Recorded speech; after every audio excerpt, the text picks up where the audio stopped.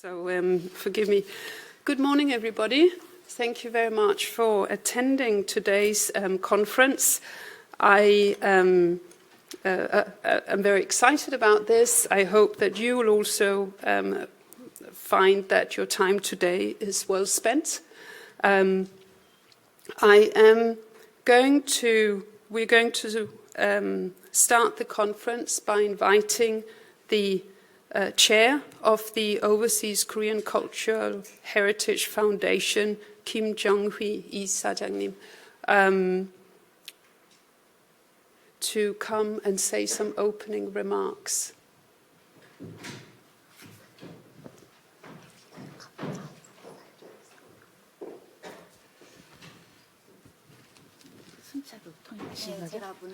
네네. 안녕하세요. Hello everyone. 국외소재문화재재단의 이사장 김정희입니다. Hello everyone. I am Jung-hee Kim from the Overseas Korean Cultural Heritage Foundation. 네. 먼저 오늘 이렇게 국외소재문화재재단과 영국 런던 대학교 소아스에서 공동으로 주최하는 이 세미나에 귀중한 시간을 내셔서 참석해 주신 여러분들께 진심으로 감사의 말씀을 드립니다. I would first like to welcome and thank everyone here for attending today's conference, co-organized by the Overseas Korean Cultural Heritage Foundation and SOAS University of London. 네, 국외 소재 문화재와 소프트 파워라는 이러한 제목을 갖고 이제 오늘 세미나가 진행이 되는데요. 이번 세미나는 그 작년 8월에 저희 한국의 이화여자대학교에서 이제 한번 개최된 바가 있었습니다. 그래서 그때는 저희 재단의 이제 10주년을 기념해서 세미나가 열렸는데요. 이번에 이제 그에 대한 또 이제 상대적으로 이제 영국 런던 대학 소아스에서 이러한 세미나를 개최하게 되었습니다. The focus of today's conference is the soft power of overseas cultural heritage, or art and soft power in the UK and South Korea. It is the second of two conferences that were organized in collaboration with SOAS last August. The project marked the 10th anniversary of the foundation of the OKCHF and is a meaningful event where experts of Korean cultural heritage from both South Korea and the UK have come together. 혹시 한국의 국외소재 문화재 재단이 어떠한 일을 하는지 하는 기관인지 아시는 분들이 계신지 모르겠습니다. 그래서 저희 이제 국외소재문화재 재단은 작년으로서 딱 10년을 맞이했는데요. 그 외국에 있는 한국 문화재를 이제 조사하고 또 연구하고 환수하고 또 때로는 현지 활용을 위해서 이렇게 노력하는 그러한 재단이라고 할 수가 있겠습니다. 그래서 그동안 여러 세계의 그 유명한 기관들과 함께 서로 협력 관계를 구축하면서 이러한 연구를 공동으로 진행하고 있습니다. I wonder if you have any idea what the Overseas Cultural Heritage Foundation does. For the past 10 years, the OKCHF has initiated various projects aimed at the research, restitution, and utilization of Korean cultural heritage located overseas, and has collaborated with many world institutions. Through today's conference, we aim to investigate the roles played by overseas cultural heritage in exerting cultural influence and developing soft power through the perspectives of international academics. Moreover, we hope that this occasion will lead to further growth and development of the foundation. 오늘 개최되는 그 세미나의 제목은 국외 소재 문화재와 소프트 파워라고 하는 그러한 제목인데요. 그래서 국외에 있는 문화재가 어떠한 그 영향력을, 현지에 영향력을 이제 끼치게 됐는가 하는 것을 국내외 학자들이 모여서 함께 논의하는 이제 그러한 자리라고 할 수가 있겠습니다. 그럴까요? 네. 그래서 저희 재단에서는 이번 그 세미나를 통해서 저희 재단의 향후 또 어떠한 방향으로 나아갈 것인가 하는 것을 결정하는 굉장히 중요한 자리라고 볼 수가 있습니다. Additionally, I believe that this event will not only strengthen the network of academics and professionals working with overseas Korean cultural heritage, but also be a constructive outlet of sharing discussions on the role of cultural heritage with a wider audience. 그래서 오늘의 이 자리는 또한 아울러서 국외 소재에 있는 문화재를 매개로 해서 국내 전문가들과 국외 전문가들이 서로 그 협력적인 네트워크를 이제 갖고 연구해 나가자는 그러한 취지에서 마련이 되었는데요. 비단 전문가들뿐만 아니라 일반인들에게도 이러한 그 논의를 공유하게 되는 굉장히 뜻깊은 자리가 되리라고 생각이 됩니다. 다음까지요. 네. 그래서 오늘 여러 가지 이제 중요한 그 주제를 발표해 주시는 많은 그 발표자들 또 토론자 이런 분들과 또 본 학술 대회를 이제 개최하고 또 주관해 주시는 런던 대학 소아스의 샬롯 홀릭 이제 교수님 그리고 이화여자대학의 또 오영찬 교수님 그밖에 여러 또 이렇게 도움을 주신 많은 분들께 진심으로 감사의 말씀을 드립니다. I would like to express my gratitude to the researchers who will present the works today and to Professor Charlotte Horlick from SOAS, Professor Oh Young-chan from Ewha Women's University, and all staff who have invested time and effort into organizing this conference. 사실은 오늘 저희는 이렇게 많은 분들이 모일지 몰랐습니다. 그래서 이렇게 그 주제에 대해서 관심을 갖고 또 오늘 이렇게 추운 겨울 날씨인데요. 이렇게 자리에 모아주신 여러분들께 다시 한번 진심의 말씀을 드립니다. 감사합니다. I had no idea that there would be so many people in the audience today, and we would like to extend my thanks to everyone who has taken time out of their busy schedules to attend today's meaningful event. Thank you. Yeah, thank you.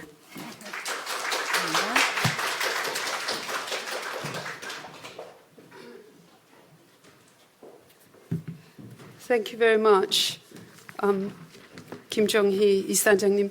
In my excitement to start today, I forgot to properly introduce Kim Jong-hee 이사장님, so apologies for that. She is a specialist in Korean Buddhist painting and is also a professor at Wongang University. She also serves as chair of the Overseas Korean Cultural Heritage Foundation. And we are very grateful for her making the trip to come all the way from Seoul to give the opening remarks. So thank you very much. Thank you. So I also forgot to introduce myself. And apologies for that as well. So my name is Charlotte Horlick, and I am the head of the School of Arts here at SOAS, where I also serve as reader in Korean art history.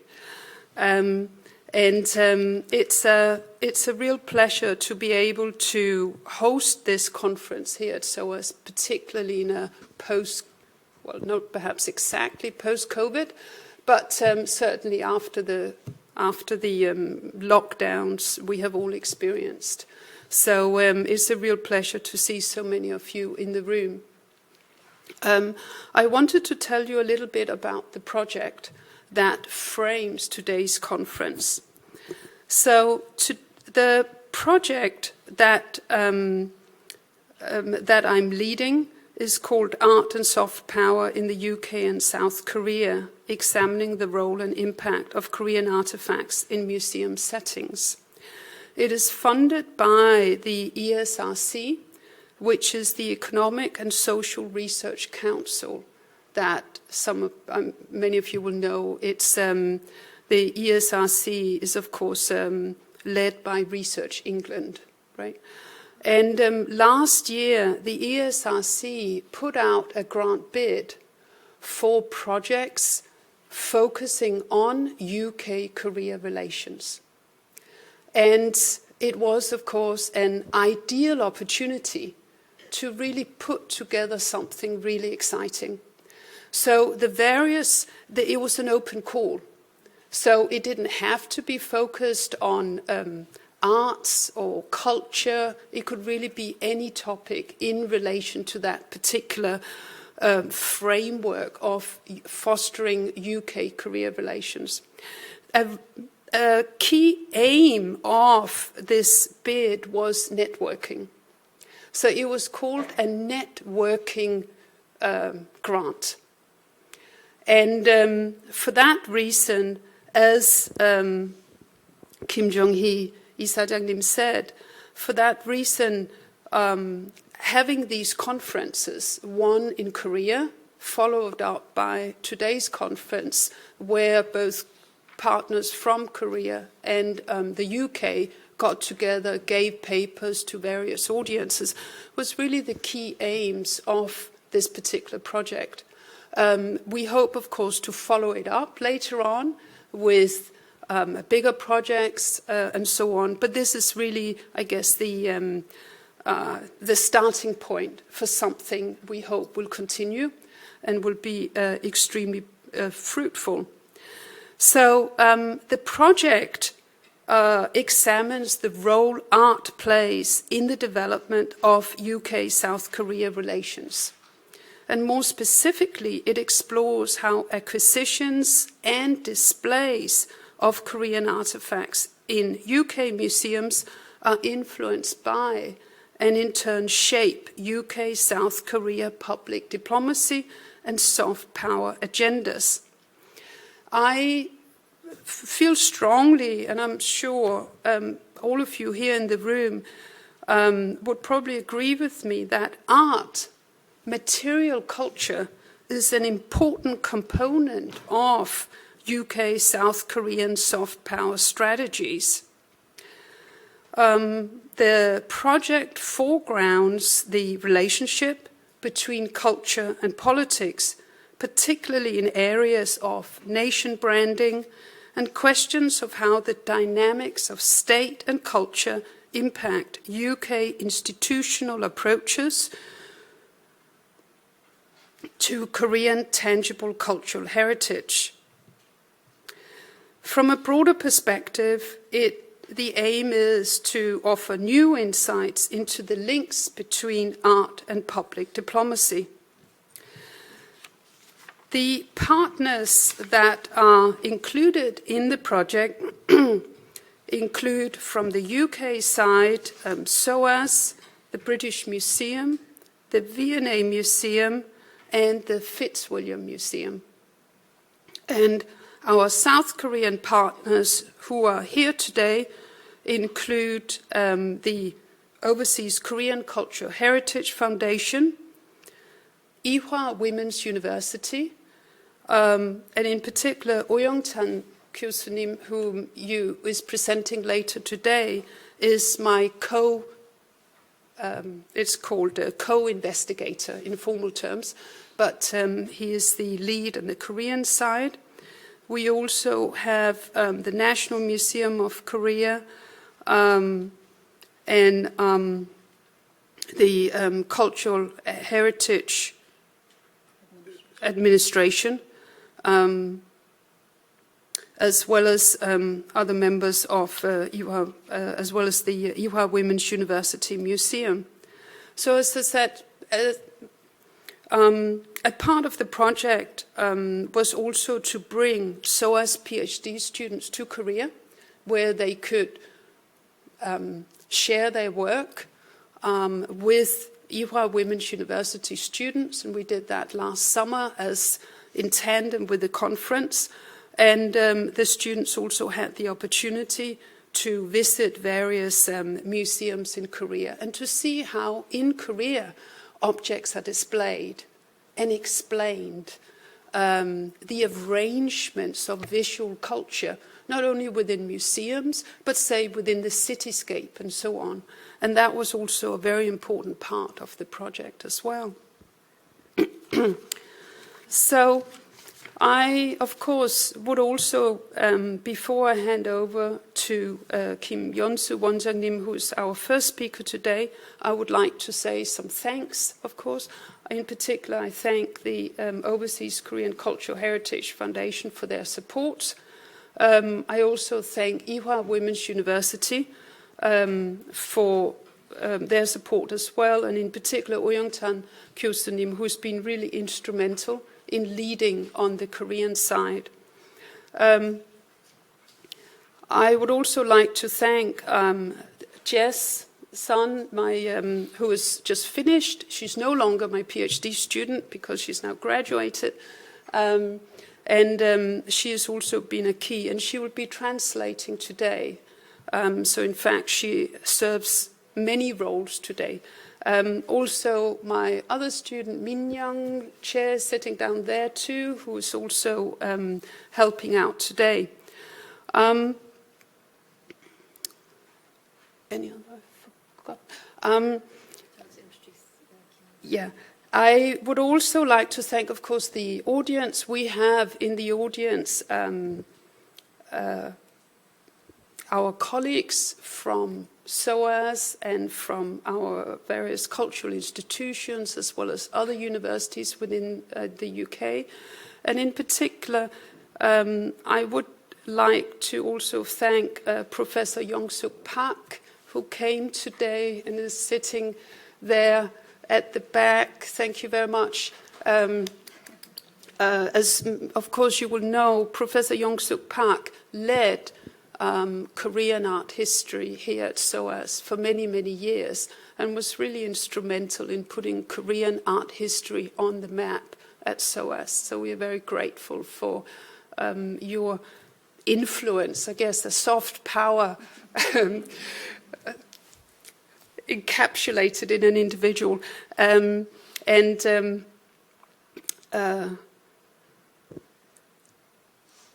think on that note, we will continue then with our first speaker, who is Kim Yeon-soo 원장님. So, Kim Yeon-soo is the director of the National Research Institute of Cultural Heritage. She majored in Korean art history, specializing in metalworks. She has consecutively filled various government posts, including Art and Science Research Officer at the National Museum of Korea. She's been head of International Cooperation Division in the Cultural Heritage Administration.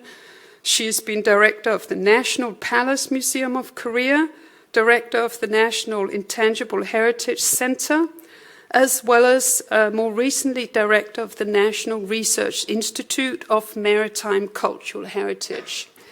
And thank you very much for sharing your insights.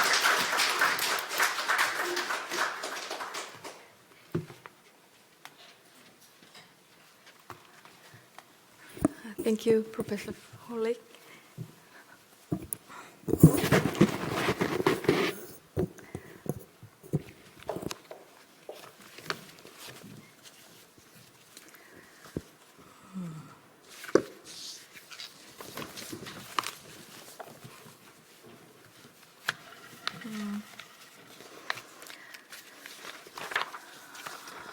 Hello, everybody. Okay.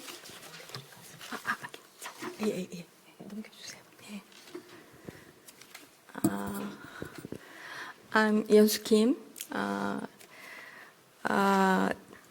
Today's topic I speak so overseas Korean cultural heritage policy and soft power. So then I will talk about it. According to the next table of contents, and I will read as the abstracts. So,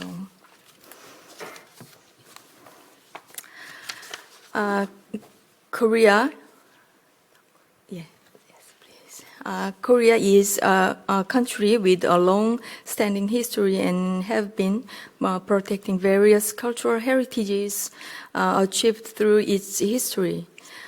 The cultural heritage of Korea became richer due to the influence of neighboring countries, and it also naturally influenced them through cultural exchanges. In the modern era, the Korean Empire, the predecessor of the Republic of Korea, conducted activities to promote Korea to the international communities through the World Exposition. However, Korea's cultural and diplomatic activities were ceased due to the Japanese occupation in 1910, and a distorted image of Korea was created by the Japanese. Moreover, the long-standing cultural heritages of Korea were at risk as the country was suddenly introduced to Japanese and Western modern cultures. And cultural heritages that have been preserved in Korea for ages were moved away from its original location, confusing their meaning and value. Furthermore, the confusion intensified during the Korean War, and many cultural heritages were damaged or destroyed. During the time of Japanese occupation period and the Korean War, many Korean cultural heritages were robbed, damaged, and taken away from the country. Since then, Korea reorganized its national system, healed the wounds of the past, suffered economic growth, and declared its important mission to restore its own culture along with economic stability.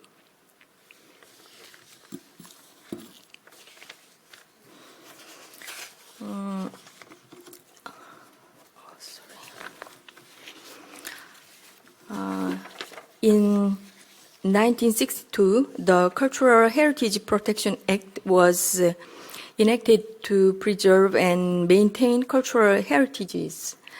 Korea started to systematically preserve its cultural heritage at the national level in stages, and public awareness of cultural heritage has increased accordingly.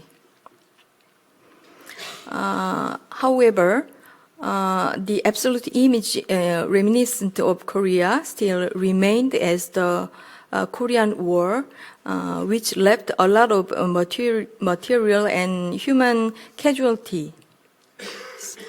The cultural heritage derived from Korea's long history and its value were now nowhere to be found.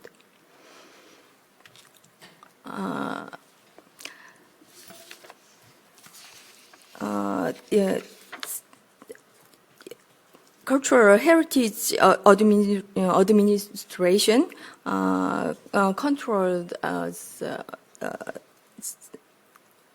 cultural heritage and by the Act. Article 2, paragraphs 9 of the Cultural Heritage Protection Act oversees Korean cultural heritage defined as cultural heritage located overseas and directly relevant to history and culture of the Republic of Korea. Article 69 of Cultural Heritage Protection Act, government should strive to preserve, repatriate, and utilize overseas Korean cultural heritage. Embassies' duties to not only preserve and utilize cultural heritage that are located within Korea, but also those located overseas.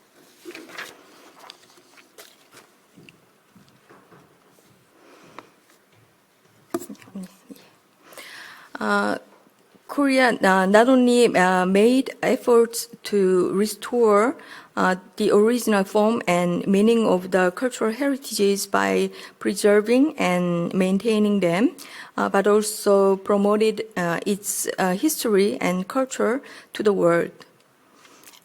In the early days, Korea planned a special exhibition for its cultural heritages to enhance Korea's cultural image at the world's leading museums and galleries. Later, as part of an effort to promote Korea's cultural heritage, Korean galleries were opened in several museums.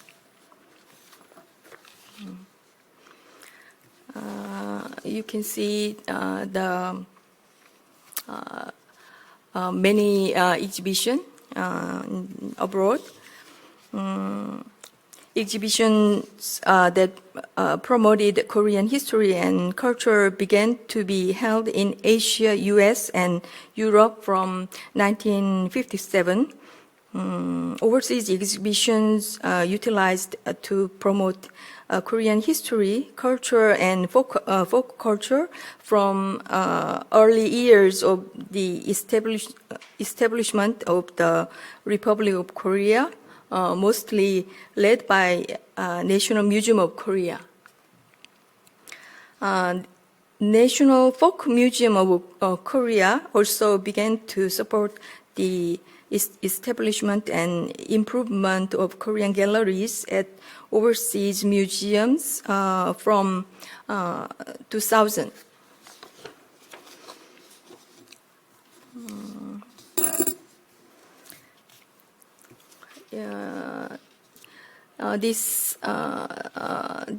This picture,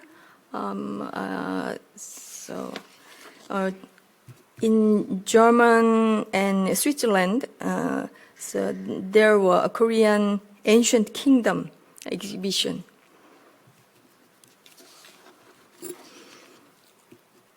And the other is in LA, Philadelphia, Houston. There were treasures from Korea, art and culture of the Joseon dynasty. Maybe later, Mr. Yoon talk about the exhibitions abroad. So I will skip easily. And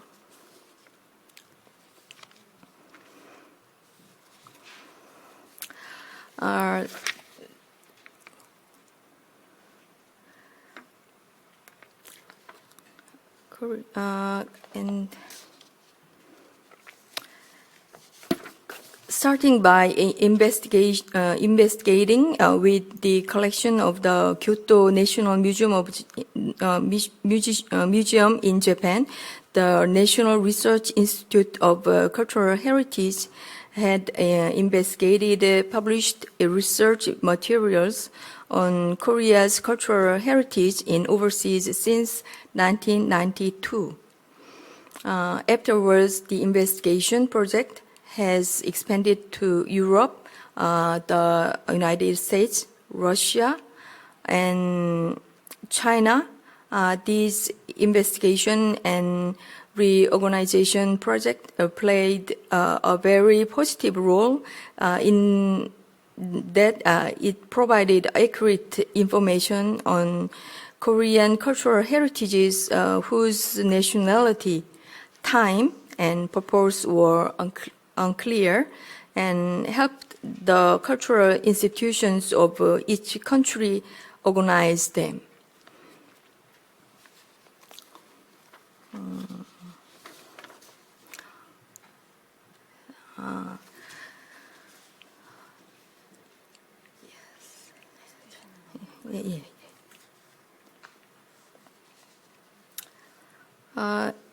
In addition, in supported the preservation treatment of those in poor condition to restore their original form and displayed them to inform the general public. The investigation organization and preservation support project for the overseas cultural heritages, which was led by the National Research Institute of Cultural Heritage, has gradually been unified into the Overseas Korean Cultural Heritage Foundation. And the foundation has been in charge of the investigation and preservation of the overseas cultural heritages since 2017.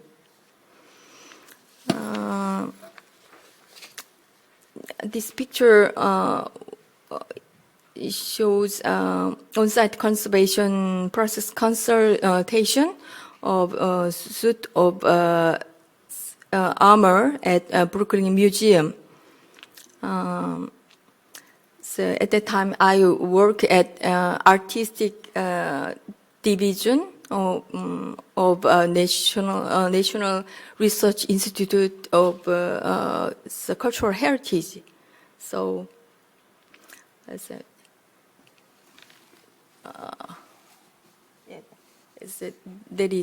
It's me.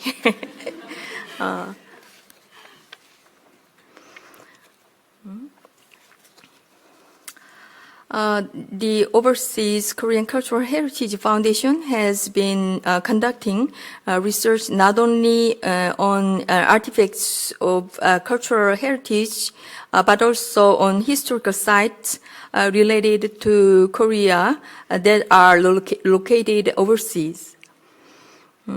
After learning that the structure was almost perfectly preserved, the Overseas Korean Cultural Heritage Foundation purchased the old Korean Legation Building in Washington, D.C., which was the first overseas Korean embassy. The old Korean legation is being run as a promotional institution of Korean history and culture after completing restoration in 2018.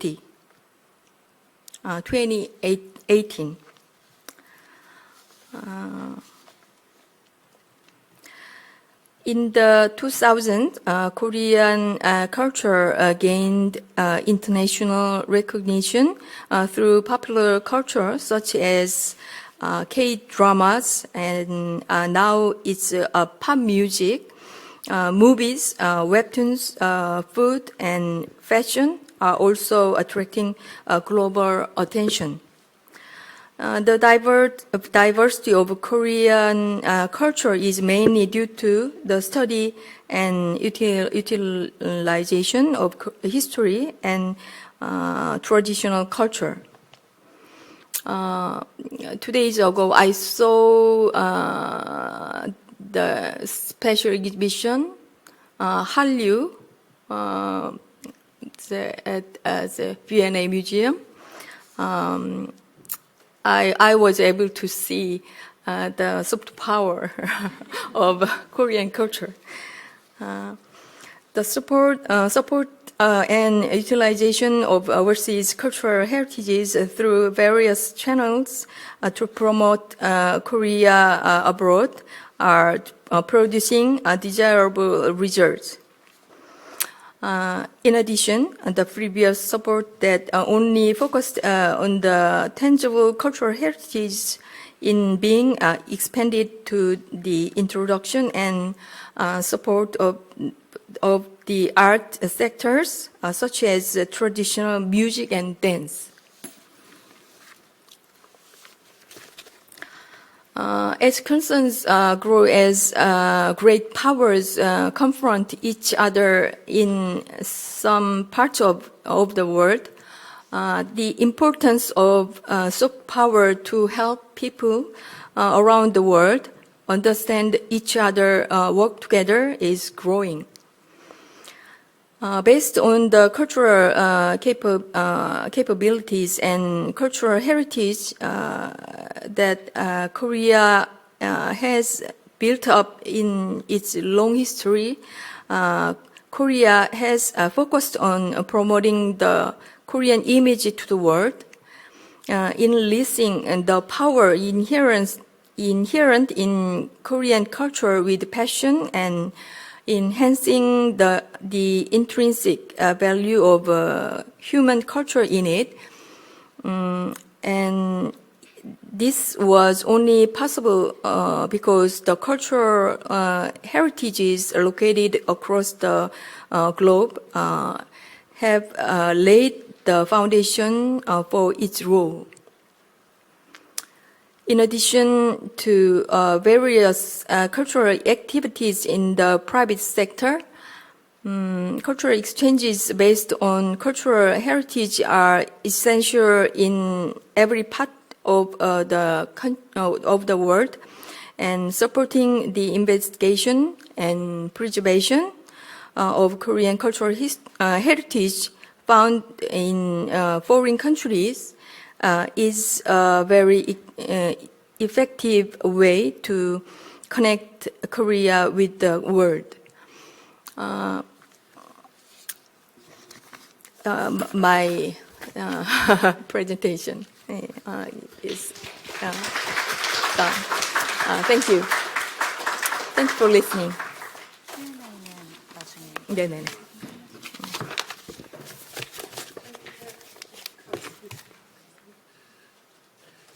Thank you very much, Kim Yeon-soo 원장님. There will be opportunity to ask questions later. We are doing the Q&A in blocks. So we have scheduled in a Q&A session before lunch. So by all means, don't forget your questions. You'll have the opportunity to ask later on. So I'm up next as the next speaker, and as this my paper today formed part of a longer spanning research on, in particular, the design and display practices at UK museums when it comes to Korean art. It originates in my earlier career as a curator at the V&A Museum. I was lucky enough to be appointed curator at the V&A Museum in 1998, and I worked as a curator there for 6 years before being appointed here at SOAS. I also worked very closely with the then curator of Korean art at the British Museum, Sasha Prive, in connection with the then redisplay of the Korean art gallery at the British Museum. This was before the current curator of Korean art, Kim Sanga, or Sanga Kim, who's also presenting today and is sitting over there. But that was before she was appointed. So Sasha and we had lots of discussions as to how to best display Korean art. Why is Korean art displayed in a certain way? And so on and so on. So that's really what this talk is about. So it's, as I said, it's really also about the challenges associated with visually representing a nation within a confined exhibition space through the display of a select number of key artifacts. So in the case of galleries of Korean art, we may argue that our understandings of Korea becomes an abstract concept formed from an overall impression of a gallery, including its objects and their display, as well as the text panels, the lighting, the overall ambiance of a space. So my paper here today focuses on the ways in which Korean artifacts within museum settings in the UK have been used to tell stories of Korea's past and present. It examines how the displays of Korean artifacts in the UK not only reflect changing local, i.e. British understandings of Korea, but oftentimes resulted from negotiations between Korean and British partners in terms of how Korea should be understood and publicly presented. So in Britain, Korean artifacts began to be publicly displayed more than a century ago. And on this timeline, I have tried to capture significant exhibitions of Korean arts in the UK. But what I really want to stress here is that we see a long build-up prior to the founding of permanent galleries of Korean art in British museums from the 1990s, right? So I will focus today on key exhibitions that played an instrumental role in the formation of Korean art galleries at the V&A and the British Museum, beginning with the National Art Treasures of Korea exhibition that was held at the V&A. And this particular exhibition formed part of those schemes that Kim Yonsu Wonjangnim talked about in terms of the Korean government sending abroad objects from the late 1950s onwards as a way to promote Korea.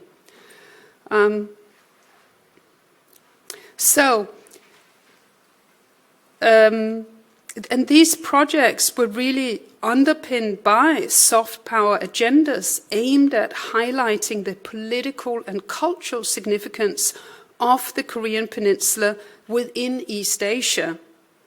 In particular, of course, in the aftermath of the Korean War. And in the case of the UK, the first of such schemes was this 1961 exhibition. So this exhibition featured Korean art treasures lent by the National Museum of Korea. And here you see the invite, right, the actual invite. I would argue that this exhibition was highly significant, not least because it presented to the British public for the first time a carefully curated run of artifacts from pre-modern to early modern times, centered on emphasizing the strengths and uniqueness of Korean culture. So that becomes very clear when you read both the press coverage and the catalogue and so on. And as I said, it formed part of the exhibitions that, of course, had also toured the US. So the Foreign Office in the UK had heard that the V&A's exhibition galleries were not occupied at the time. So when the V&A was approached by the Korean side, the Foreign Office very much hoped that the V&A director would welcome the exhibition. The V&A director knew about the success of the traveling exhibitions of Korean art in the States, and for this reason accepted the proposal. So it formed part of a whole chain of events like that. Her Royal Highness Princess Alexandra, as well as other dignitaries, were present at the private view, which garnered much press coverage. So you can see this is from the Daily Telegraph that shows a photograph. Here we have the then director of the National Museum of Korea, Kim Chae-won, standing next to the Swedish ambassador. Many of you, of course, will be familiar with the object they're talking about. We also have here a very young David Attenborough looking at the pensive Bodhisattva. So this particular exhibition really became a highly significant milestone in the history of Korean art displays in the UK. Not only because it was the first to show such treasures, but also because it generated further interest in Korea. So I would argue that it has had long-term impact. So, whereas this exhibition was really instrumental in later, in terms of it led to the founding of the Permanent Gallery of Korean Art at the V&A, the Treasures from Korea Art Through 5,000 Years that was held at the British Museum in 1984 played an instrumental role in initiating the British Museum's interest in Korean art. So 1984, it marked the centenary of Korea-UK diplomatic relations, and several events were held in the UK in connection with that. Here you see archival material from the V&A that displayed Korean embroidery from the He Donghwa collection in Seoul. But the largest of the 1984 shows were the treasures from Korea. The exhibition was a huge success because it really put Korea on the map, and more specifically at the British Museum. And that we really see reflected in the statement by the then British Museum Director Wilson, who said that Korea is gaining a much higher profile economically and politically. So that was real kind of acknowledgement of that. So these exhibitions have had lasting impact on the British cultural landscape in terms of, as I said, it led to these founding of the permanent galleries.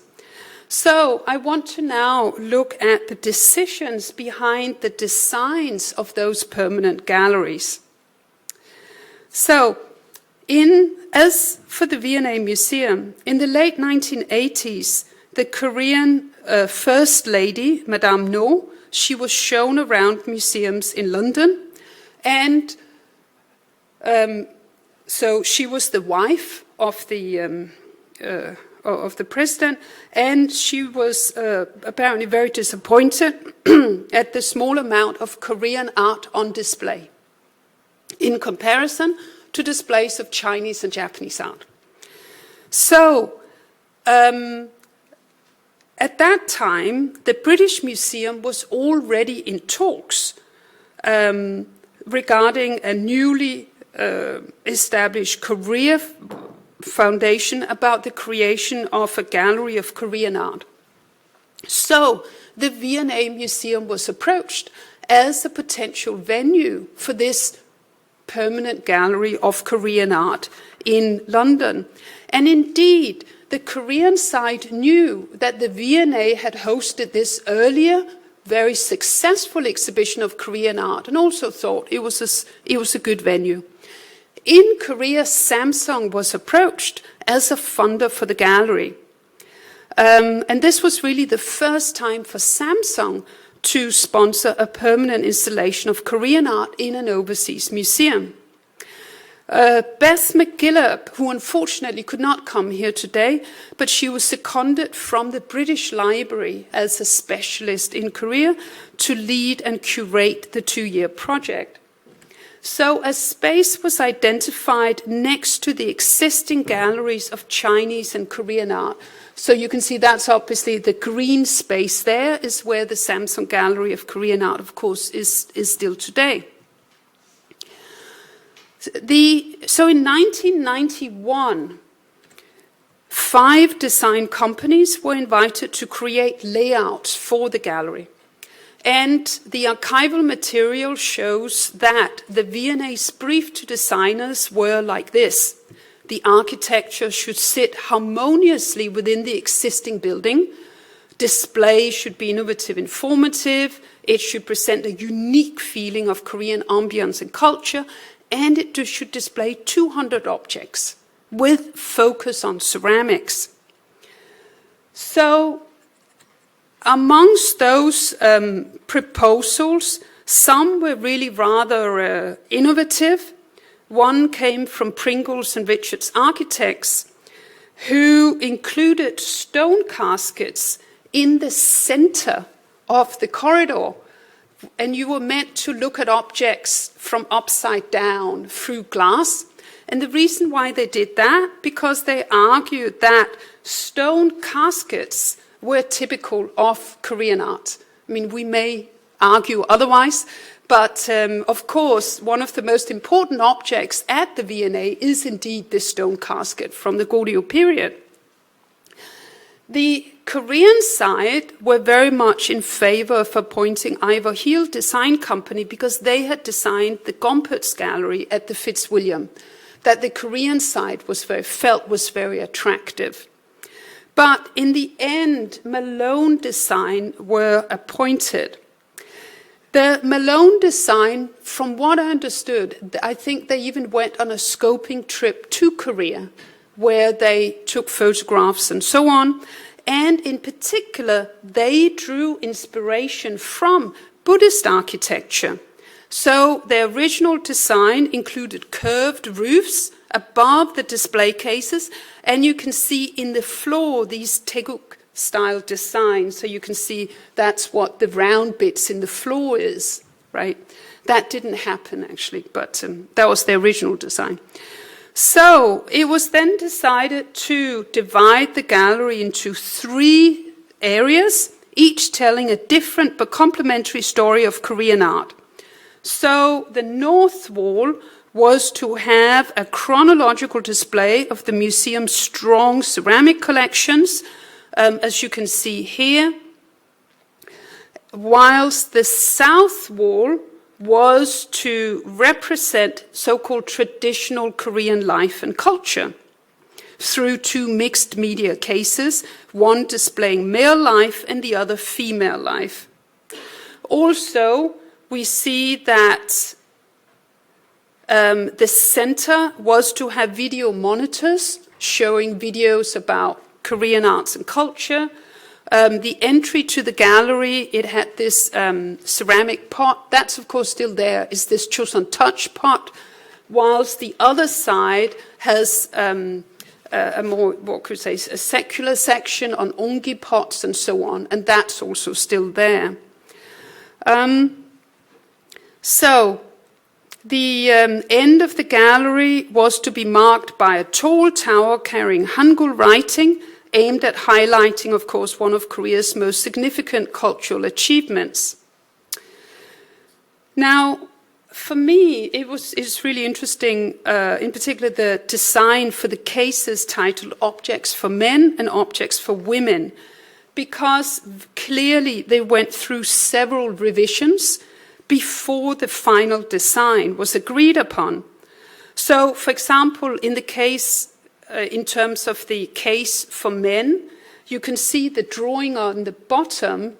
Initially, a helmet from the 19th century was to be included, but I believe in the final design that was actually excluded as a way to draw attention to Yangban literati life. The marked dichotomy between the contextual displays on the one side of the gallery and the chronological display on the other was created in a deliberate effort to best facilitate understandings of Korean arts and culture among the museum public. Because in the early 1990s, it was believed that few people knew about Korea. So that, of course, also formed part of the ethos and the display. The ways in which the ceramics were displayed received mixed feelings. Much criticism was directed at the V&A's crowded design, with some arguing it took attention away from the beauty and significance of specific pieces. So this was the initial reaction from the Korean side, that this tiered arrangement was not so attractive. But from the museum's viewpoint, having more rather than less objects on view in its main ground floor galleries fulfilled the museum's core aims of accessibility and learning. It also, of course, required less rotation and so on. And we, of course, may note that this kind of ethos, of course, forms part of the ceramic galleries, which continued very much to be celebrated. There were also mixed reactions to the mixed media cases. Many from the Korean side felt that these 2 cases were more akin to what you may find in a folk museum in Korea, rather than in a, say, in a National Museum of Korea or so on. So for that reason, there were also some discussion as to how to reconcile these different displays. So when I joined the V&A in 1998, Korea, of course, was better known, and I very much felt that this kind of contextual display needed to be reviewed and updated.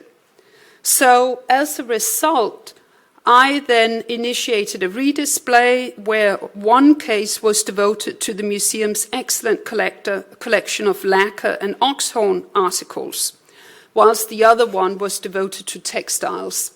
And Rosalie Kim, whom we're going to hear from later on today, who just arrived. Rosalie, where are you sitting? Oh, there. And of course, she will tell you about her ways of innovating the gallery even further. So, at the British Museum, and now I've got to speed up a little bit. At the British Museum then, whilst the Samsung Gallery was being designed and arranged, the British Museum prepared to open its new permanent gallery funded by Korea Foundation.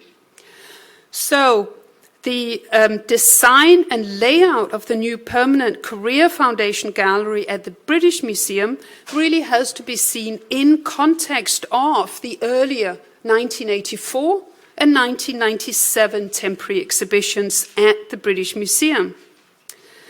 So,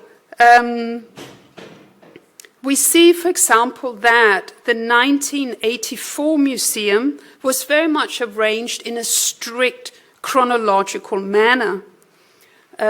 More than a third of the main gallery was devoted to the Three Kingdoms and Unified Shilla periods.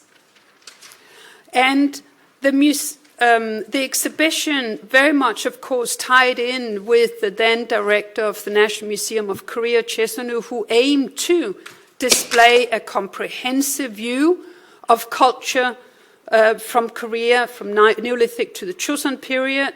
It was about fostering better understanding of the unique and original achievement of Korea, and also to present Korea as a nation with one of the longest histories in Asia. So this, of course, is in reaction to the broader awareness of Japan and China amongst the UK audiences.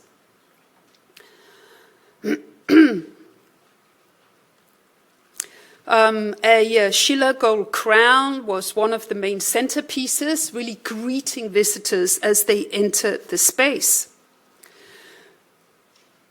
Also note the display cases with these curved roofs, this one here too.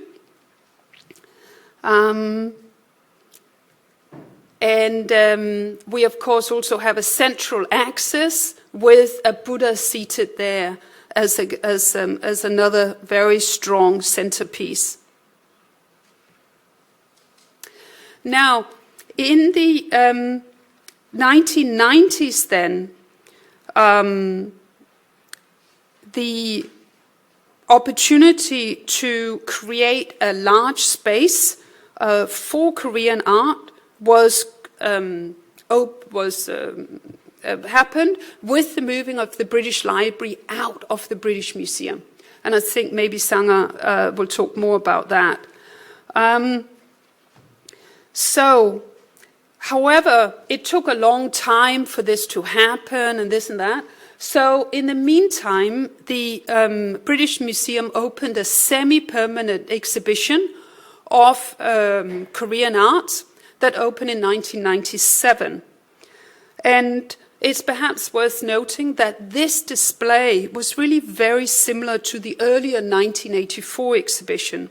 So again, we can see that a magnificent Shilla crown really stood at the entrance, greeting visitors on either side of the main axis. We see Three Kingdoms to Goryeo on one side and Joseon artifacts on the other. an iron-seated Buddha formed a very strong centerpiece, and so on. It could be argued that this space, that perhaps there was quite strong emphasis on creating a more ambiance, nearly like temple ambiance perhaps. And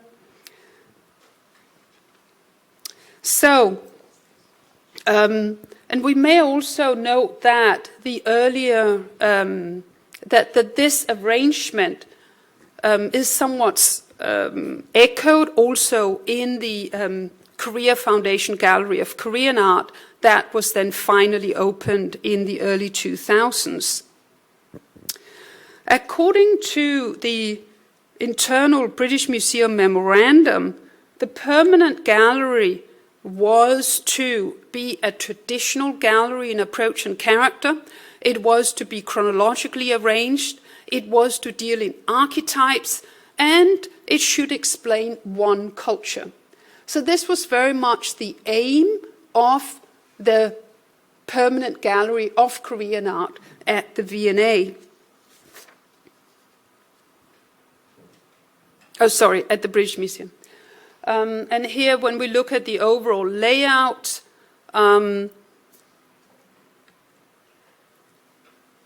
we see also that there was a very strong effort to collaborate closely with Korean partners. The British Museum memorandum regarding the gallery talks about incorporating Korean views on display, about reducing text and photographs on panels and labels. It talked about density of displays, perhaps in response to the reaction to the V&A displays that at that time were seen to be very crowded. And interestingly, it also talks about a minimal use of background colors. That has since changed, but that very much formed the ethos of the original display at the British Museum. So, let me conclude here. So, any attempt at framing a nation's cultural traditions within a museum context is challenged by a host of internal and external issues that impact what to include and what to leave out. So since their opening, the Korean art galleries at the British Museum and the V&A have undergone several changes in an effort to address evolving understandings of Korean cultural heritage within and outside the UK. Established at a time when Korea was still very much perceived as the unknown other in East Asia, initial displays aimed to deliver contextual and educational information on Korean art and culture. But in recent decades, changing curatorial approaches to museum displays, coupled with better public awareness of Korea, have led to a stronger emphasis on the visual experience with aesthetically exciting presentations of the objects. With the interest in Korea on the rise within the UK, we may ask what would be the next steps. And this is, of course, for Dr. Rosalie Kim at the V&A Museum and Sangha Kim at the British Museum to really spearhead those new steps. And that's something that we are going to hear more about today. This slide shows some of the more recent innovative displays that has happened at the V&A, in the sense that the Hangul Tower has gone, and instead this very large Moon jar by Park Young-suk forms forms one of the center points of the Samsung Gallery. At the British Museum, of course, there's been a lot of effort at incorporating contemporary works within the existing collection, and here you see one such display from 2016. So I will finish here, and thank you for your attention, and I will hand over then. Thank you.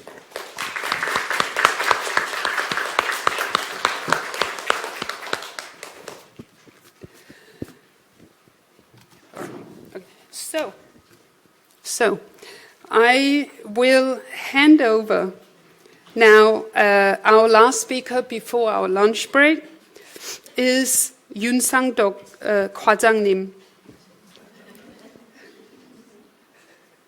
And Yoon Sang-dok 과장님 is the head of the exhibition division at the National Museum of Korea. He finished his master degree in archaeology and art history and has completed his doctoral degree in Schiller archaeology. He joined the National Museum of Korea in 2002 and has also worked for the Gyeongju National Museum from 2007 to 2011. In 2011, he returned to the National Museum of Korea to head the exhibition division. And he continues, as I said, to hold this post. In 2017, he was posted to the Metropolitan Museum of Art in New York.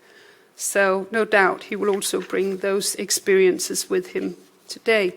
So thank you very much. I will hand over.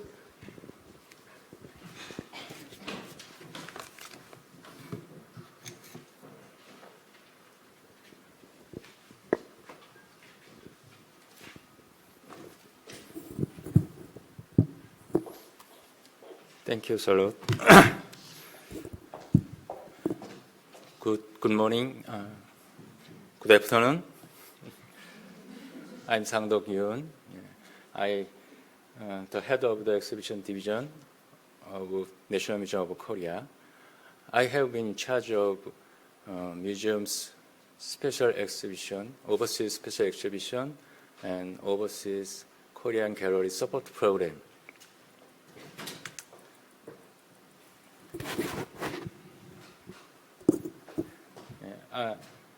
It's my great pleasure to have this opportunity today.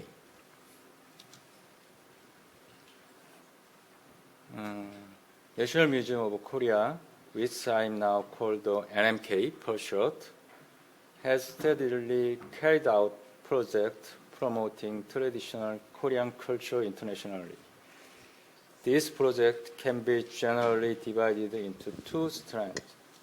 The first one is holding special exhibition abroad dedicated to Korean culture, and the second one is supporting Korean galleries in overseas museums. Today's presentation will focus on the history of these two project areas, and then examine the role and meaning of exhibition as a form of soft power. First, let's take a look at the NMK's overseas special exhibitions.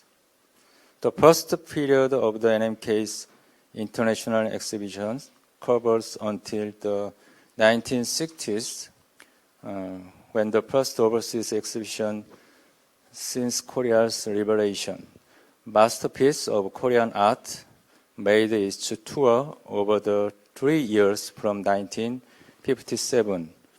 The Masterpiece of Korean Art exhibition featuring Korea's most important cultural heritage toured 8 major museums in the U.S., including the National Gallery of Art in Washington, D.C., and the Met. Given how this historic traveling exhibition was organized and what this achieved presents several implications. Although the exhibition opened per year after the Korean War ended, its true beginning dates back to 1948.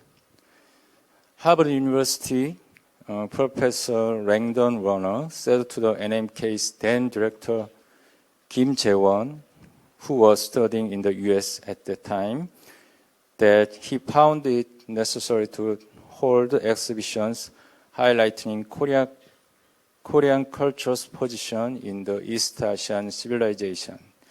Kim Jae-won agreed wholeheartedly, but the plan had to be put off when the Korean War broke out. After the war, the significance of the SOAS exhibition increased even more in the context of the Cold War.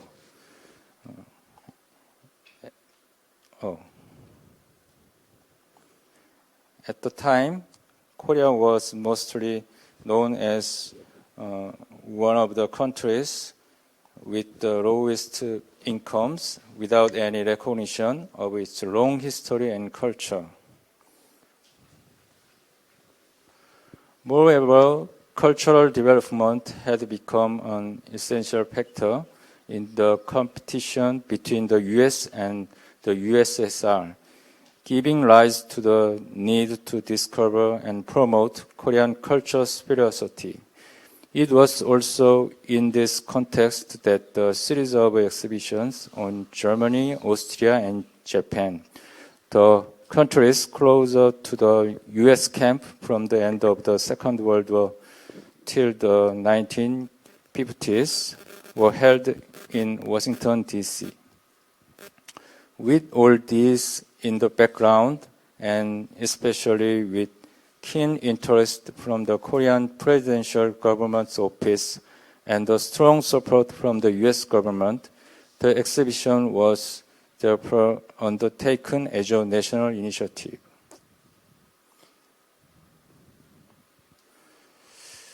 This is a photo of the NMK's then director, Kim Jae-won, looking at an object at the masterpiece of Korean art exhibition. Photographs like this and media coverage from the US crucially mattered to Korea at that time.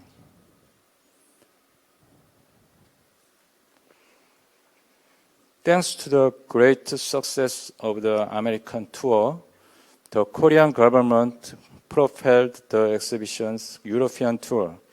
It traveled to five cities in the UK, France, the Netherlands, Germany, and Austria from 1961 to 1964.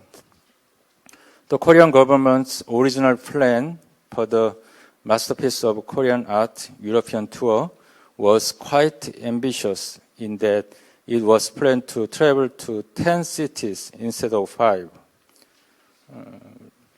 Related government records at the time highlighted that the purpose of its European tour was to take action against cultural attacks from North Korea and Japan. We can tell from here the Korean government considered traditional Korean culture and its exhibitions as a means to promote the nation.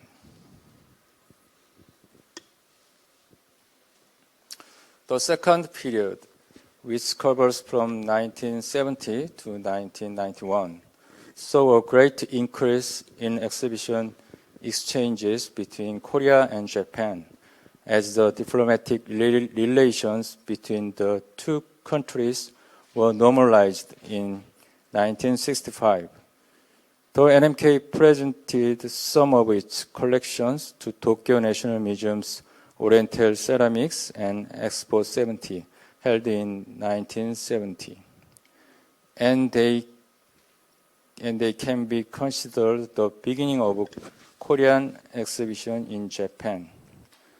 The first major exhibition in Japan focused on Korean art was held in 1976, titled 5,000 Years of Korean Art, and toured Tokyo, Kyoto, and Fukuoka. About 570,000 visitors came to the exhibition, making it a huge hit.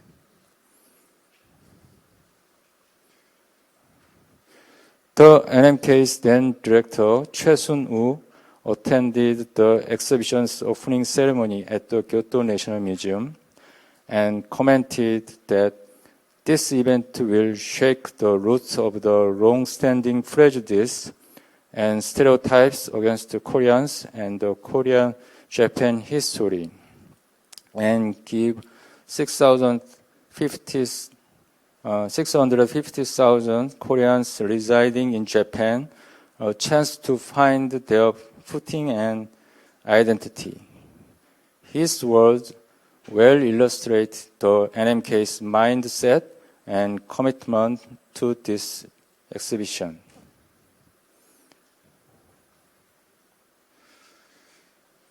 In 1979, 5,000 years of Korean art began touring 8 major U.S. museums for 2 years, and then retitled Treasures from Korea. The exhibition had its European tour from 1984 to 1986.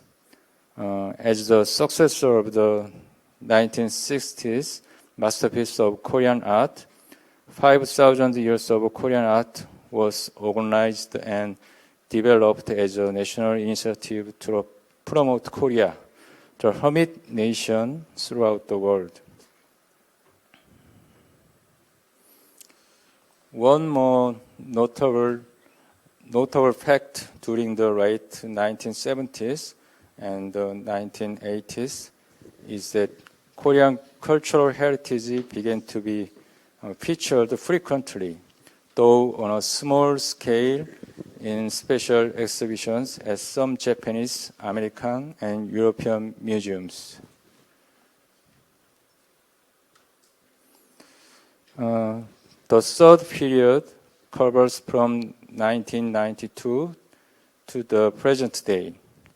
The most notable characteristic of this period was the introduction of exhibitions focusing on a specific theme rather than the entire history of traditional Korean culture. The first exhibition of this kind is the Gaya, one of the Korea's ancient kingdom exhibition, which toured Tokyo, Kyoto, and Fukuoka in 1992. Furthermore, Korean arts of the 18th century, held in New York, Los Angeles, and Washington, D.C. in 1993, was the first thematic exhibition on Korea showcased in the Western world.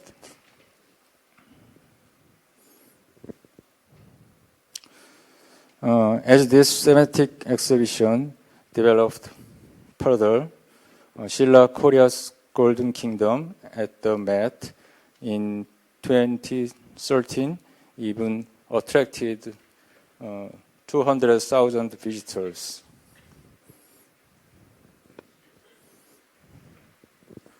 I prepared this exhibition. These are the picture of the opening ceremony. These thematic exhibitions mostly dealt with ceramics and porcelain, as in this exhibition shown on the screen.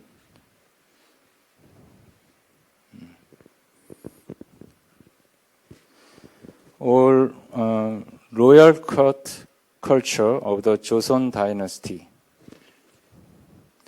as well as Korea's Buddhist art. During this period, exhibitions related to the national events increased. Some of its examples were the 2000 Sydney Olympics and Korean masterpiece of the Joseon dynasty. The 2002 Korea-Japan World Cup and Dynastic Heritage of Korea, and the 2005 Frankfurt Book Fair and its commemorative exhibition.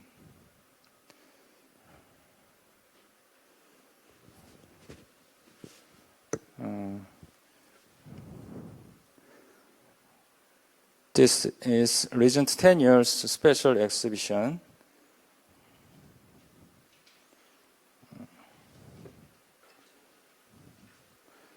Left line is thematic exhibition, and right line is comprehensive history and culture of Korea.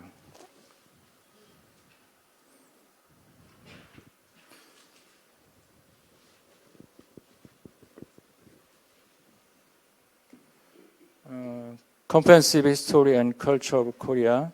Most of them took place in Turkey, Saudi Arabia,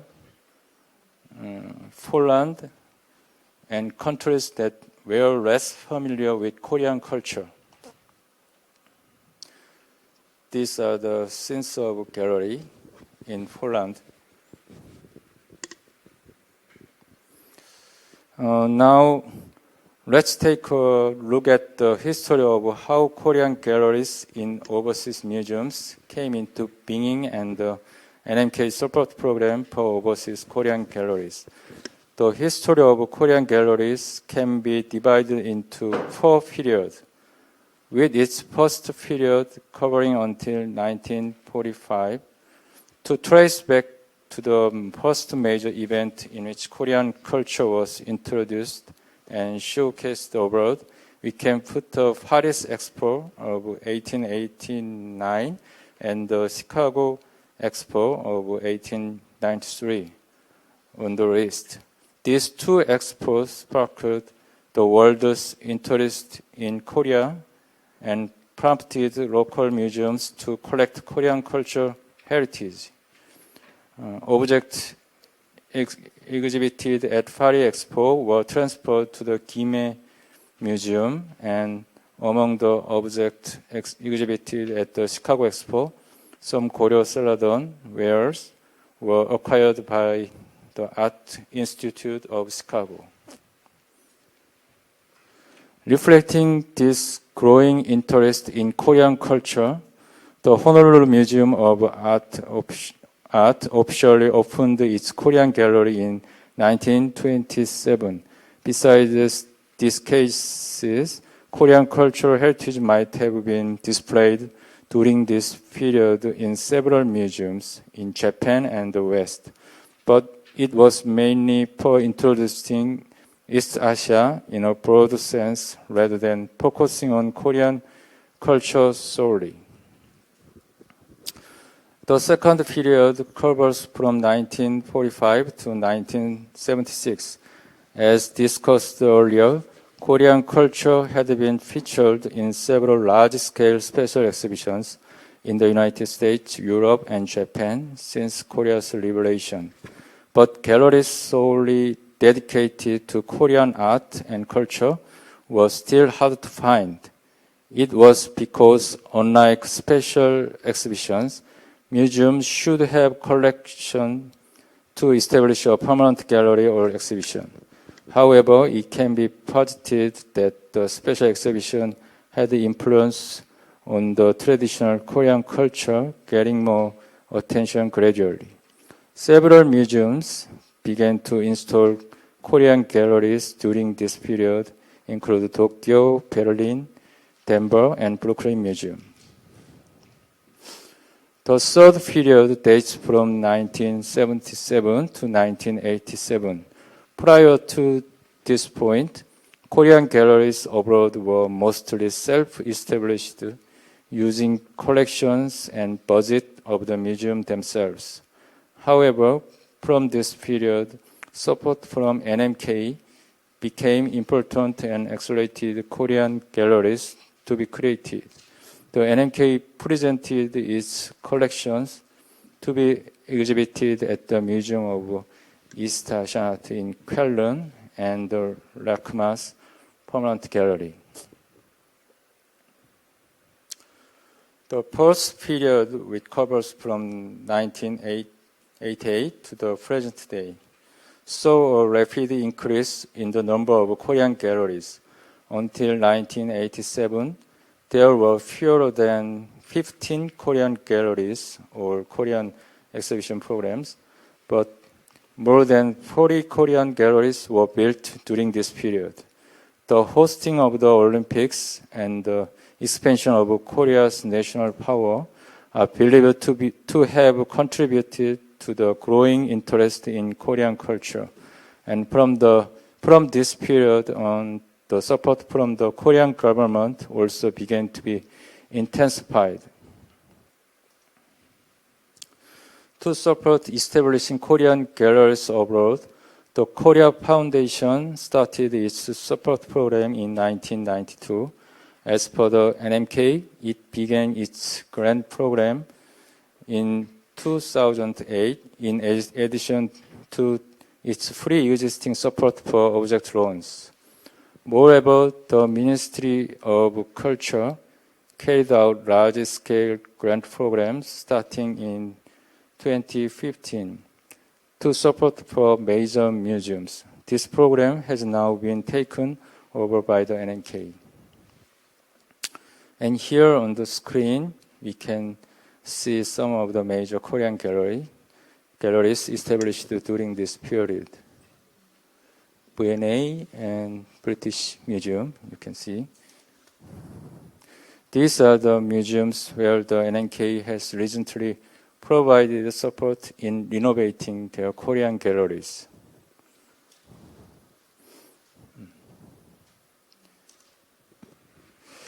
We have discussed how the NNK has encouraged and promoted international understanding of traditional Korean culture through overseas special exhibitions and support program for Korean galleries abroad.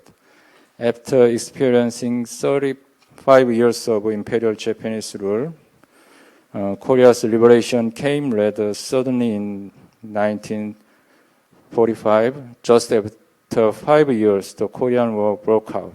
The hard-fought battles lasted 3 years, burning the Korean peninsula almost into ashes. Becoming one of the countries with the lowest income, Korea had to count on support from different nations in the world. Without tangible resources that can be considered hard power, the best possible option for Korean in those days were perhaps to make it recognizable internationally by promoting its traditional culture. In fact, this strategy worked. More countries came to know Korea's long history and unique cultural identity. Throughout the 1970s and the 1980s, the Korean economy saw unprecedented rapid growth, which definitely put its name on the global map. Today, Korean pop culture, also known as the K-culture or the Korean wave, Hallyu, is receiving love from every corner of the world. Cultural and artistic capacities reflected in this recent phenomenon can be called Korea's soft power and greatly help further heighten the charm and attraction of Korea. Thank you.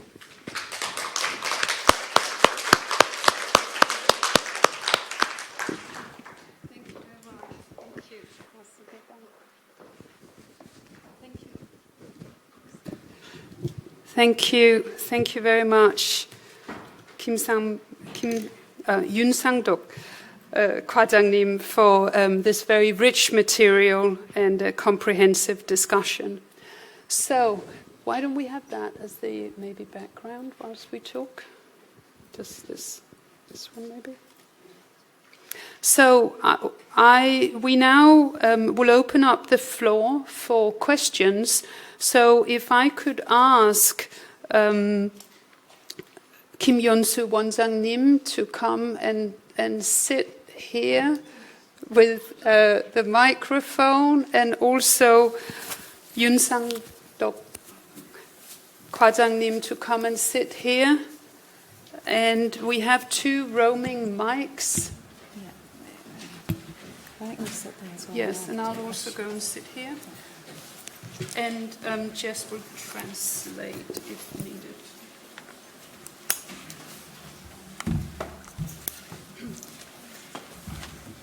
Okay, we will be taking a few questions. We are running a little bit late, but I think we can afford it.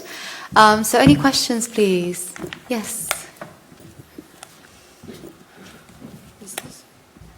Good morning, everyone. Thank you very much for the presentations and the list of museums showing Korean art so that we can see where we're heading to for our next holidays to enrich our knowledge of Korean art. I myself have Asian art gallery in central London, and part of my focus is to promote Korean art.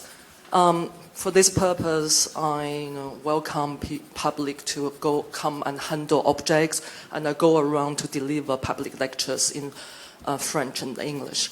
However, from a commercial point of view, it is really tough. We don't see, together with auction houses, we don't see a big public interest, at least in the UK, for Korean art. Well, I understand the museums are doing a lot of work to promote Korean art. I learned a lot from you.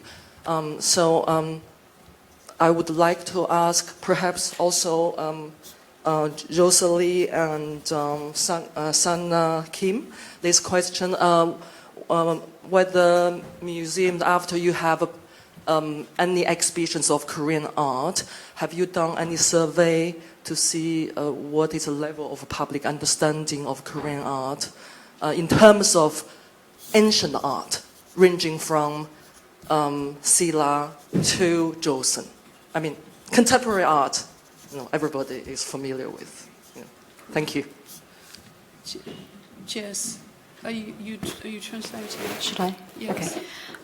그래서 지금 약간 상업적인 측면에서 봤을 때 지금 현재 질문자께서는 아직까지는 한국 미술에 대해서는 지금 상업적인 면에서 조금 그렇게 활발하게 관심도나 지금 옥션 하우스 같은 경우에 같이 활발하게 뭔가를 같이 해내고 있는 상황은 아니다라고 말씀을 하셨고, 혹시 이제 지금 상하 선생님과 다른 발표자분들께 여쭤보는 거는, 혹시 이제 특별전이나 해외 전시를 한 후에 대중들의 그 한국 예술에 대한 관심도가 어떤지에 대한 서베이를 진행을 어떤 방식으로 하셨는지, 그리고 특히나 이제 고대 신라 시대부터 이제 현대 미술까지 관심도가 어떻게 분포되어 있는지도 여쭤보십니다.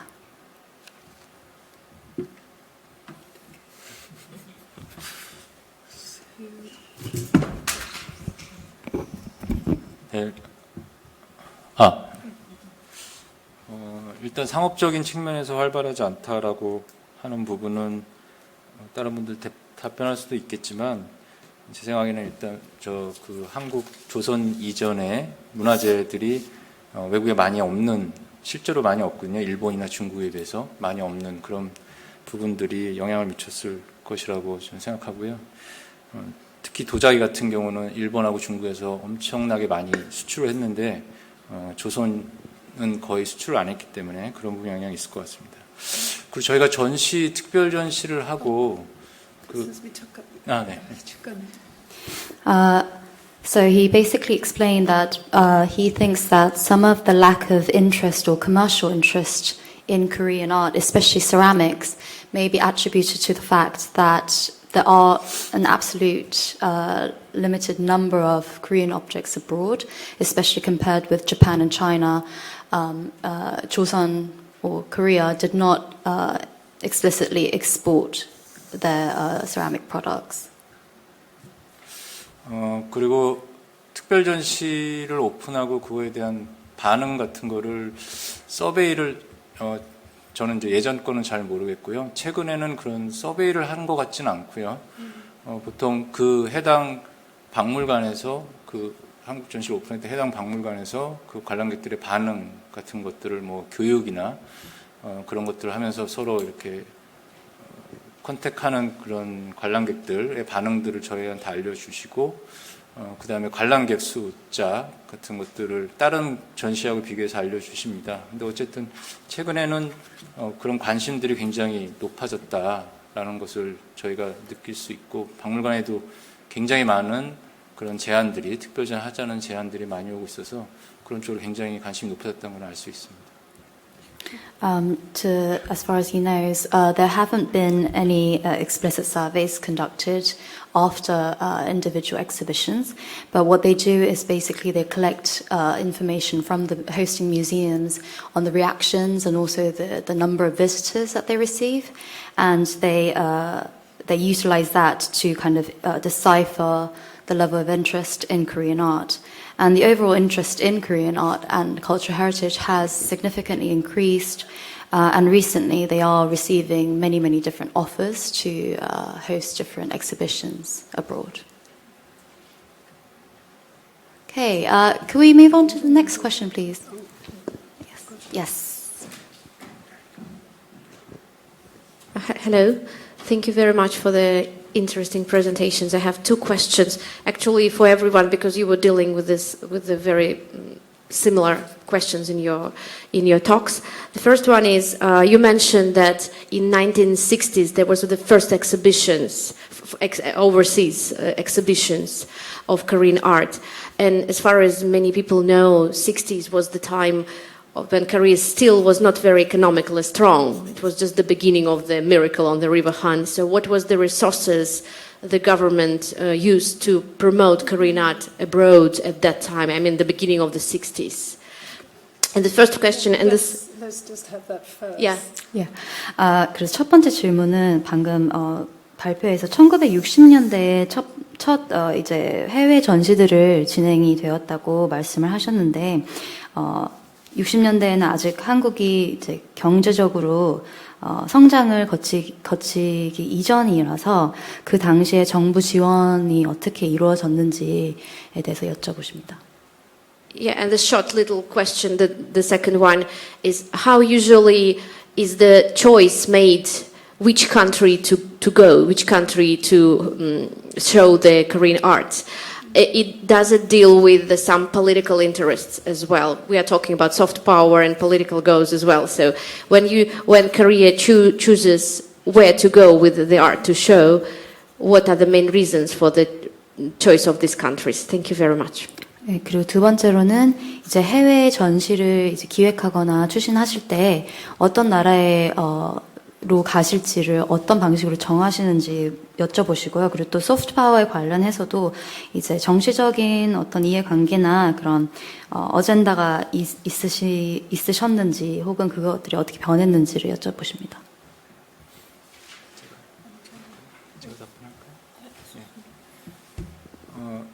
처음 나간 거는 이제 1957년이고요.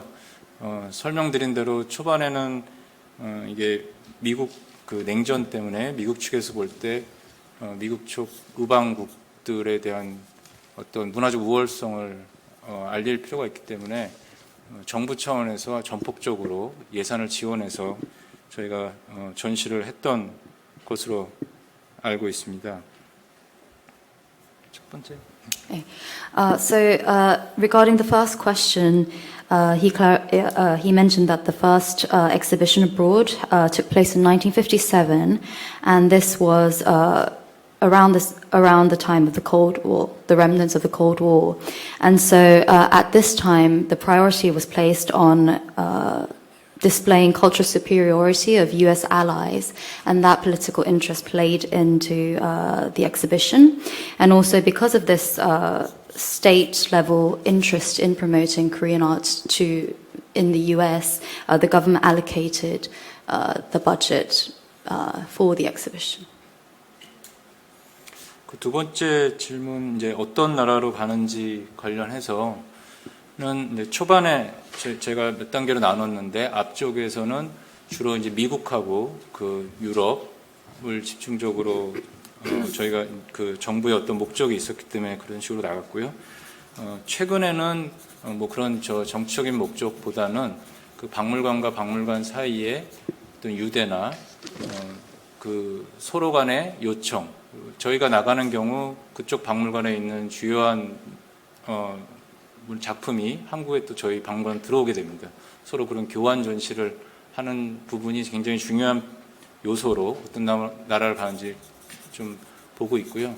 그렇지만 지금도 정치적으로 보면은 뭐 수교한 지 뭐 100년이 됐다거나 뭐 140년이 됐다거나 이런 부분도 좀 체크를 하면서 같이 유대를 강화하는 방향, 네트워크를 강화하는 방향으로 그렇게 생각하고 있습니다. 그리고 아까 제가 발표할 때 시간이 없어서 조금 지나갔지만 최근에 와서는 저희가 이제 한국 역사 전반에 대해서 하는 전시가 아니고, 그러니까 선사시대부터 조선시대까지 하는 그런 전시가 아니고 특정 뭐 조선시대 왕실 문화라든지 아니면 뭐 도자기에 대한 거라든지 신라에 대한 특정 왕국에 대한 것이라든지 이런 주제적으로 하고요. 그 다음에 좀 전체적인 역사에 대해서는 아직 한국을 잘 모르는 나라, 최근에 10년 동안 나가 저희가 터키, 사우디아라비아, 폴란드 이런 나라들이기 때문에 그런 주제에 있어서도 그 나라별로 한국을 얼마나 이해하고 있는지에 관련해서 나오고 있습니다. No. He explained that in the past, overseas exhibitions of Korean artifacts was concentrated in the US and Europe because of government interest to kind of forge these strong alliances with states. But recently, what has become more important is the cooperation and network between museums. And so that connection kind of leads to a level of reciprocation when one country loans or displays a very precious object, the other reciprocates. But still, the level of state-level diplomatic interests and diplomatic relations do play in. So, for example, nowadays, the anniversaries of establishments of diplomatic relations with Korea, they tend to be a very big event that these exhibitions run across. And he also specified that while in the past these overseas exhibitions tended to be an overall survey or overall summary of the whole history of Korea, and objects kind of exemplified the history of Korea. Nowadays, exhibitions are more about specified themes. So, for example, Joseon royal portraits or royal household goods and crafts, and they also aim to visit more countries that they haven't exhibited in. So, for example, Turkey, Saudi Arabia, and Poland. And so these changes are ongoing. So I'm going to hand over to Jess, who will be leading the afternoon session. Let me introduce you. Me? So let me introduce Jess. So Jess's Korean name is Ji Yoon, and Jess was as I said, was doing her PhD here at SOAS. She had her viva in November, and she has just completed the required corrections and so on. She wrote her PhD on visual presentations of the nation state during the time of the Korean Empire. So it's very relevant to today's project. So in addition to her work on this particular project, she's also co-teaching my module on modern and contemporary Korean art. And she's also a researcher on an OKCHF-funded project that I'm leading on Korean art collections led by British diplomats, businessmen and missionaries between the 1880s to the 1930s. So I'm going to hand over to Jess, who will be moderating the afternoon session. Thank you. Lovely Rosalie Kim. Rosalie Kim joined the V&A in 2012 as the curator of the Korean collection in the Asian department, and led, among others, exhibitions including Lustrous Surfaces, Lacquer from Asia and Beyond, and Hallyu, the Korean Wave. With a background in architecture and philosophy, her interest lies in world lacquer history and the making of contemporary culture, craft, and design in the digital age. Prior to the V&A, she worked as an architect in Korea and Europe and led architectural design studios at Kingston University in London. Okay.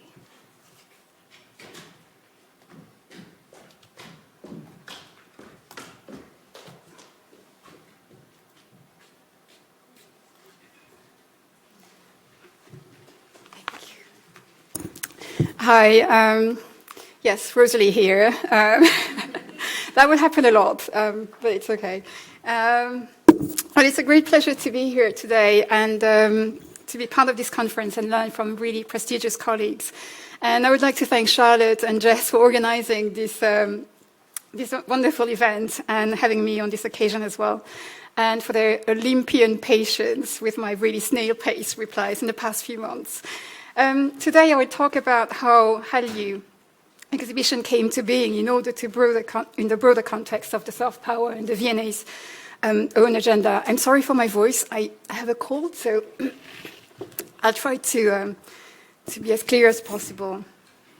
So this presentation will not really necessarily be an academic paper per se, but rather pragmatic observations of what we have done in the past decade. And it will be less about the exhibition and more about the progressive building of momentum for Korea inside the museum at a time when popular culture from South Korea and its associated soft power rose its profile in the UK, ultimately providing a fertile ground for this exhibition of this kind and of this scale to happen at the V&A. Before getting into the subject, I would like to remind the audience about the origin of the museum. And as many of you know, the V&A started its journey back in 1852 as a museum of manufacture rather than a museum of art history or archaeology, in the successful aftermath of the Great Exhibition the year prior. This has grown into a museum of art, design and performing arts, housing today over 2 million objects spanning around 5,000 years of human creativity. In the past 6 years, the V&A has expanded its compounds both in and outside London, starting with the opening of the Exhibition Road entrance, a V&A gallery in Sheko inaugurated with a design foundation or society in Shenzhen, the V&A Dundee in Scotland opened in 2018, and the Young V&A, which is a rebranding of the Museum of Childhood in Bethnal Green, will open this year, and this will be completed then afterwards in 2024 and 25 by what we call the V&A East, where the V&A would be part of this project from the City of London to rejuvenate this former Olympic sites to create into a new cultural hub, engaging with local communities, artists, and makers. And back in 1852, the Museum of Manufacture aimed at showcasing outstanding examples of art and technology from around the world to improve British manufacturing standards and inspire British designers and educate consumers in the hope to stimulate the British industries on the international market. Its curatorial task force and the galleries were thus divided by materials rather than by geographical region or Euro-American artistic movement or period. The curatorial department has since evolved inevitably, but its material-based structure is still in force, bar the Asian department, established in 1970 following the need for knowledge and expertise in Asian languages and culture to further research on those objects. So objects under the remit of the Asian department cover all materials from ceramic and metalwork to fashion and digital, which is quite a unique feat at the museum. This is not worthy point to make, as it means that the Korean acquisitions and displays can be extended to other departments and their respective galleries as well. Today, the majority of our galleries are material-based, but do also include time-based displays such as the medieval and Renaissance in the middle, or the geography-based galleries like the British, Europe, and of course the Asian galleries. Now, it is in these successions of Asian galleries that the Korean gallery is embedded and established in 1992, as Charlotte explained earlier today, with a generous support from Samsung. It was the first permanent gallery devoted to Korean art in London. It was then one of the largest Asian galleries compared to the size of its collection, with 15 display cases covering 130 square meters, enabling to display 40% of its collection at once. The Korean Gallery provides a crucial platform to showcase a minor collection within the vast museum, historically contextualizing and bringing them to the fore to an international audience. In the growing decolonizing practice of 19th century museums, however, the existence of geography-based galleries such as this in a British museum context can be perceived as problematic, emphasizing the 19th century imperialistic gaze, othering the material culture on show. It is also becoming less relevant in view of more contemporary works from transnational features, challenging the question of Koreanness. These objects are designed for a worldwide consumer market by a generation of makers embracing interdisciplinary exchanges and exposed to various cultural lifestyles. This issue can be somewhat palliated at the V&A by expanding the displays of Korean objects outside of the Korean galleries as well, as part of global narratives or comparative studies in other galleries, as shown, for example, in the Syrian galleries here on the right. Korea recognized early on the importance of cultivating its soft power to ascertain its international status. Beyond the political and economic influence, the cultural identity was needed to mark its presence abroad, and this presence needed to be a long-lasting one. Exhibitions and participations to fairs were not only temporary, but required enormous resources without comparable returns or profits. The Korean Cultural Center, KCC, founded in 1979 by the Korean Culture and Information Services, then under the Ministry of Culture and Public Information, were assigned the mission to promote Korean art and encourage cultural exchanges by working closely with embassies and local art institutions to maximize impact. Each center had at their disposal a permanent venue at a prime location in the city where they were deployed. This enabled to offer a wide spectrum of free programs and services, including language courses and exhibitions curated in-house or by a guest curator. Their work was complemented by that of the Korea Foundation, set up in 1991 under the Ministry of Foreign Affairs to, and I quote, improve the status of Korea in the international community, end of quote, and encourage academic and professional exchanges with Korea. From 1992 onwards, they supported the inaugurations and refurbishments of permanent galleries of Korean art in overseas museums to mark a Korean presence alongside those of China and Japan in those cultural institutions. This strategy, however, soon proved to be insufficient. It was one, oh, thank you. Sorry.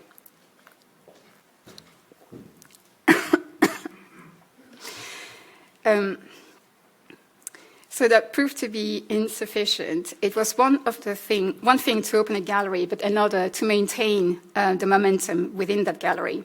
There was a need to hire a full-time staff who will proactively champion Korean art and keep the Korean gallery alive. Both the KCC and the Korea Foundation are now providing grants for curatorial posts, which is really much needed, and which will hopefully encourage more studies on Korean art history and more exhibitions to be staged, ultimately raising Korea's cultural status. So Korean collections found in British museums are relatively small-scale and limited in material range. Historical acquisitions are usually ethnographic or archaeological nature, with ceramic wares forming the core of many collections. Their interpretation is often constrained to historical and technical narratives, which does not always resonate with the local audience, at least at the V&A, nor provide a connection with modern-day Korea. And so at the V&A, what is quite striking is the establishment of the Korean Gallery signaled the introduction of contemporary works acquired alongside historical pieces. This new direction was likely due in part to the high price and unavailability of the latter, not least because of their inherent due diligence and export issues. This inclination towards the contemporary was also in line with the new V&A acquisition policy that aimed at reconnecting to the original Victorian aspirations of showcasing outstanding examples of contemporaneous decorative arts and design. This proved to be effective in expanding the Korean collection by virtually 100 objects during the preparation of the Korean Gallery's opening. Contemporary ceramics, decorative paper boxes, and handbooks were initially added to the collection in the 1990s. Thanks to the renewed support from Samsung Electronics UK between 2012 and 2018, those acquisitions expanded to a wider range of items encompassing the mass-produced, the digital, the mundane, and the vintage technologies in order to reflect various aspects and subcultures of Korean society. A major focus for me, I suppose, as a former architect, was initially on contemporary Korean craft that began to emerge in the UK since 2013, when a strong contingency of Korean makers took part to collect fair for the first time, and at the Constance and Change showcase at 10th London during the London Design Festival the same year. Meeting with artists, public and private funding bodies, visiting studios, universities, and biennales across the country made it clear that the Korean craft and design scenery was undergoing an exciting period. Korean crafts' international profile grew stronger each year, leading up to a major exhibition called Korea Now in Paris in 2015 that saw for the first time the whole of the Musée des Arts Décoratifs taken over by the craft and design from a single country. Interestingly, all of these milestone events were supported by the Korea Craft and Design Foundation sitting under the Ministry of Culture, Sport and Tourism. By 2020, the Financial Times published an article using vocabulary associated with K-pop and K-drama to describe contemporary Korean craft. Then a year later, craft status was given a boost through BTS gifting a set of 5 lacquables to the Met on behalf of the Korean government, a strong showcase of soft power using contemporary Korean craft. Last year, Chung Dae, a Korean artist weaving horsehair, won the coveted Loewe Craft Prize, but Korean artists were constantly part of the 30 finalists since its inception in 2016. And by the way, the colored lacquable, the V&A was the first institution to acquire them back in 2013, so it was really great to see Chung Hee-jo's profile growing even further. And those new acquisitions are often made with complementing the existing historical collection in mind, the aim being to bring the past into the present using those new additions as hinge points, showcasing art, Korean art and design within a chronological context, so claiming their uniqueness, have not always engaged visitors. This is a larger issue than the perennial struggle of writing labels within a limited number of words. Various display strategies were trialed across many years in the Korean gallery to make Korean art more relatable, showcasing a contemporary ceramic piece alongside its historical prototype as on the top left, showcasing the mundane or mass-produced against the flamboyant counterpoint, reframing historical objects in current societal discourses. Sustainability was discussed around the subject of chogakpo and a new take on recycling or upcycling discarded pieces of jeans in the fabrica and the bench that you see on the right-hand side. And using transnational trajectories of ideas and trends, bursting the concept of the hermit kingdom. Those interpretations proved to be more effective, echoed by an increasing number of public inquiries, student research requests, visitors' comments, and cross-departmental displays and acquisitions requests. Showcasing those contemporary historical objects in the Korean gallery through anachronistic and transnational displays have informed the display strategy in the Hallyu exhibition. Expanding the collection and thereby the displays was complemented by expanding Korea's presence online as well. This is no easy feat for a minor collection at the museum where preferences are given to key themes, objects, or stories that will attract more visitors' digital footfall. New contents are generated on a regular basis, budget permitting, be it in the form of blogs, videos, or courses. Inherent issues with the Eurocentric cataloging system also needs to be addressed to provide accurate data. Be it typing with non-Latin characters, romanization style, limited terminology, or biased category entries like who's the maker of this object, which is very much a Eurocentric approach to a cataloging object system, has to be really readdressed for a more global approach in terms of collecting. And I'm glad to say that many of these issues have been addressed in the latest system updates, but it does take time to modify all those individual entries.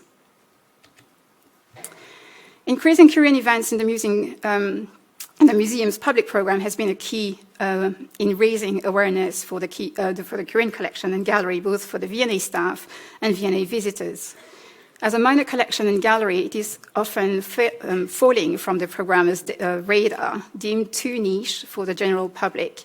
A major asset, though, for overseas Korean collections is the variety of grants and financial supports provided by numerous foundations operating under private bodies or Korean ministries.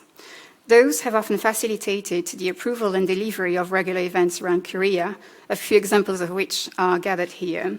So in a way, the Hallyu exhibition can be seen as a culmination of these events, starting from a 3-hour-long Friday late back in 2014, a day event, like a family day the year after, expanding progressively to a 6-month artist in residence, displays, and conservation projects.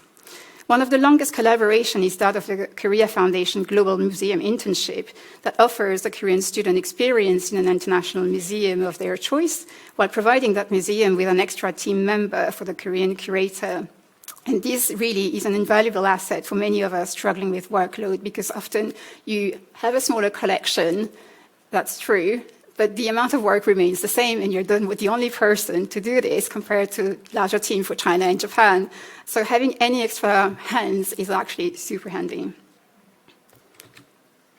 And so while building up awareness on Korean art and design at the V&A, Korean pop culture was making waves across the world. From the SM Town Paris concert in 2011 and subsequent flash mobs, Gangnam Style going viral back in 2012, Jimmy Choo selling out following the airing of My Love from the Star in 2014, and even Korean food sold at your local Tesco's from 2012 onwards.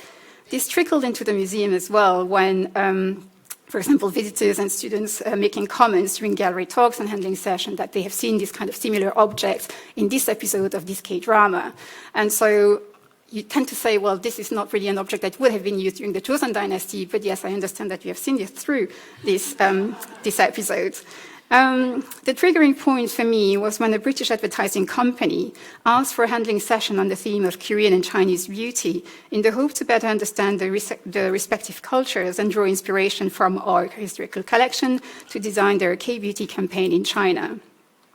I thought the gap between the young and senior visitors, which often have different ideas of what Korea is today, could be potentially bridged by using historical objects as a gateway to understand Hallyu, and using Hallyu as a threshold to explore traditional Korean culture and society. I toyed with the idea since late 2017, but only pitched it in mid-2019 to the museum. The first meeting with the exhibition director happened in June 2019 when BTS and Blackpink, for example, were not mainstream yet. So it would be wrong to assume that Hallyu's popularity or personal interest by the exhibition director in Korea might have been a decisive factor to stage the exhibition. The decision to curate the exhibition was more down to the V&A's agenda around promoting cultural diversity through its public program, its interest in raising the V&A's profile across Asia, and expanding the museum's reach to a young global audience and first-time visitors. In fact, a content consultation by the V&A East team carried out in November 2020 with groups of 14 to 25 years old certainly contributed to the favorable decision when its outcome corroborated a great appetite for Korean cultural content, which surprisingly ranked third, right behind Britain and the Americas.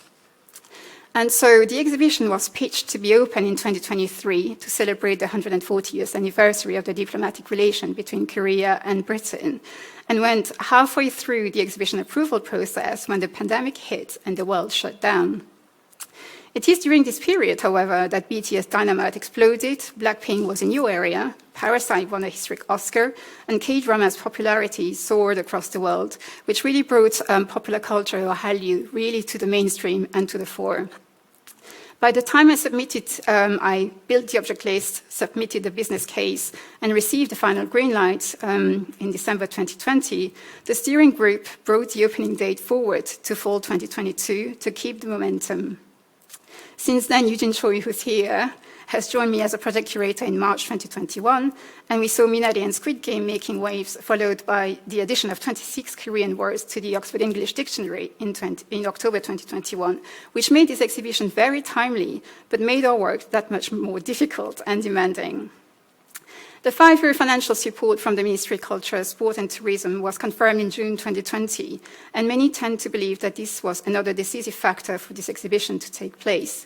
In fact, the exhibition was already partially approved by then, and although the generous grant certainly contributed to a positive reply from the steering group, it would have happened regardless, and in fact, we continued to fundraise and further secured 5 other sponsors, including 3 non-Korean stakeholders out of a total 6. So in sum, the Hallyu exhibition happened at a fortuitous moment when the rise of Hallyu overseas and the V&A's outfacing sort of ambition or policies or agenda, call it what you liked, converged. But this would not also have been possible without a team of full-time staff building up Korea's profile within the V&A in the past few years. And this has been possible also, it is to be reckoned, with the monetary support from both commercial and governmental funding bodies. So in a way, soft power through those funding bodies have contributed to setting up this exhibition, and those exhibitions inevitably will foster and nurture further soft power and be continuing in the looping cycle of what the government is actually building up. So I close my, my talk here, and thank you for your patience. Thank you.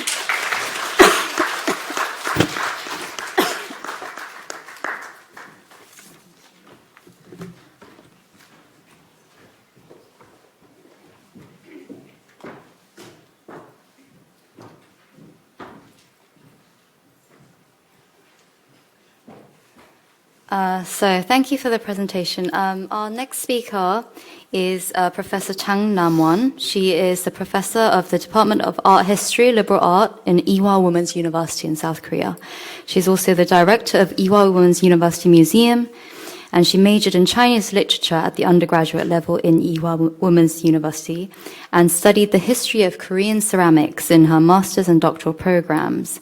Currently, she's working on East Asian pottery, focusing on the history of exchanges, styles, and manufacturing techniques, as well as material culture.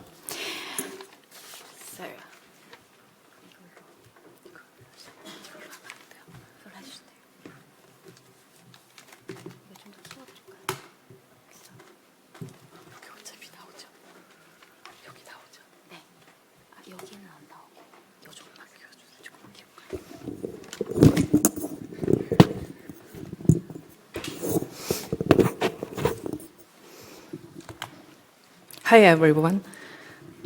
My name is Nam-won Chang, a professor at the Art History at Ewha Women's University.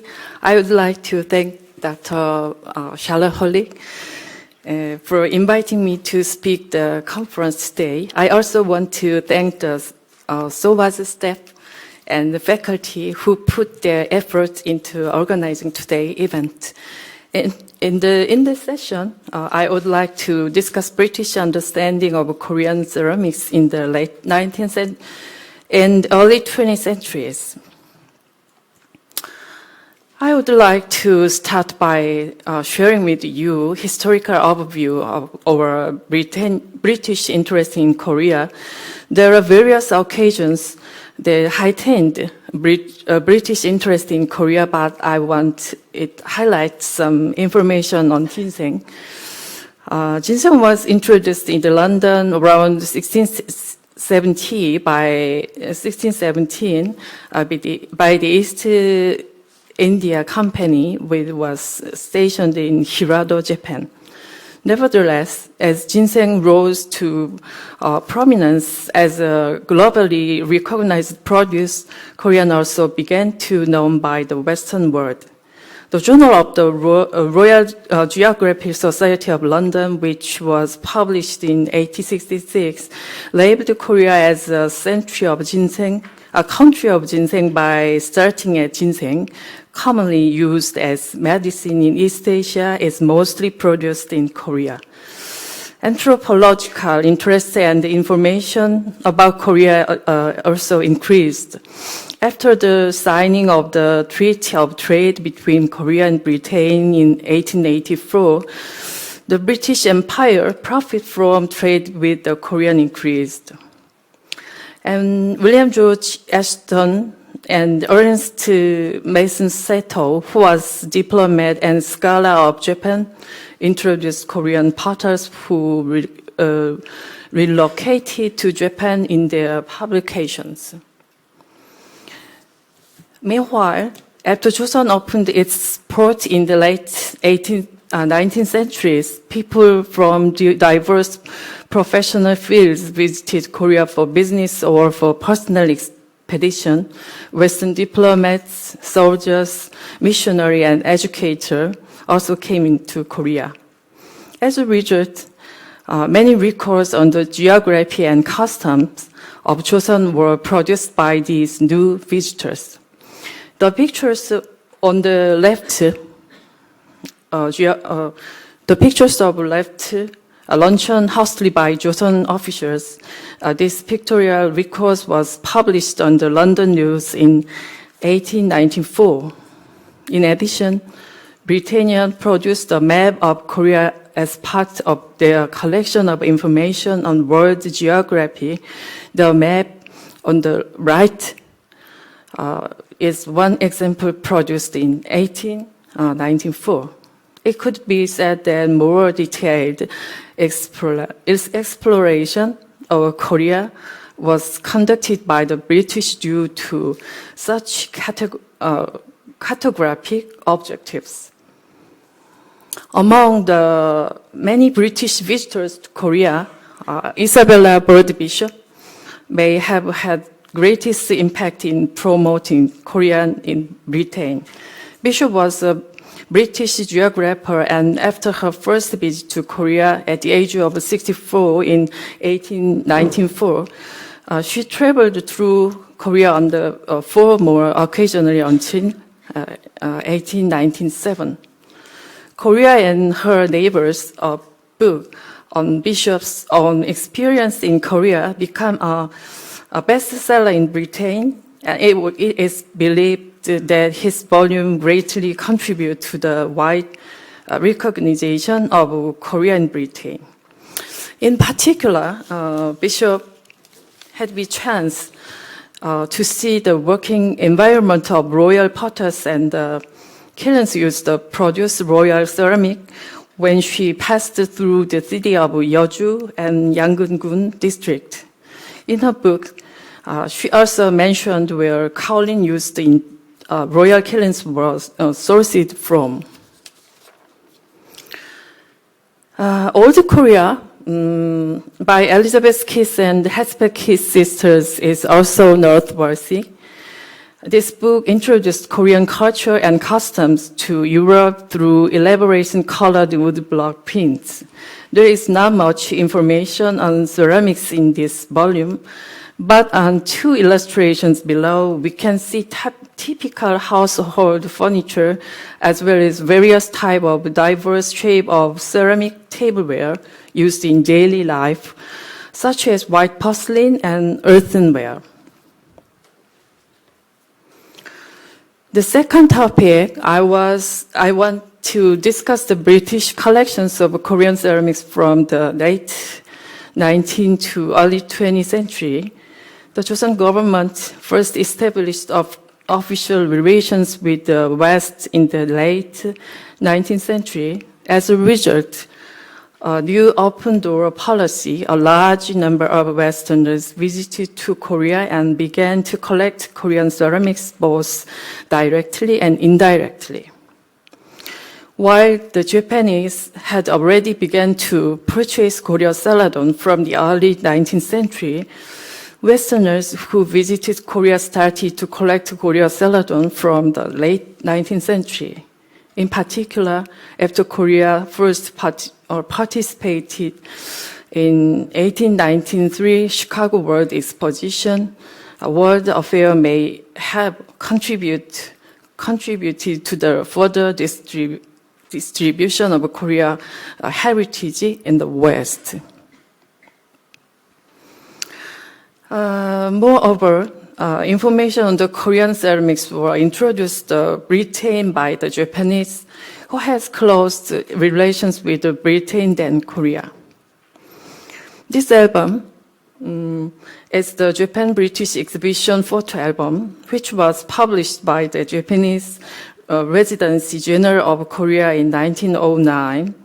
The album was made sent to England before the opening of the exhibition in 1910. According to this album, 16 pieces of Korean craft were submitted. Okida Esjo, who was in charge of the exhibition, donated 45 items from the display to the British Museum after the exhibition closed. William Richard Carse, a British vice consul to Korea from 1884-1885, published a book titled Life in Korea in 1884. Among the many experiences during his career as a diplomat that he wrote about, there is a detailed account of him purchasing celadon in Seoul, accompanied with illustrations. He writes that this celadon was unearthed from Kaesong, the old capital of Korea. The detailed documents on inlaid decoration and manufacturing techniques of celadon is noteworthy.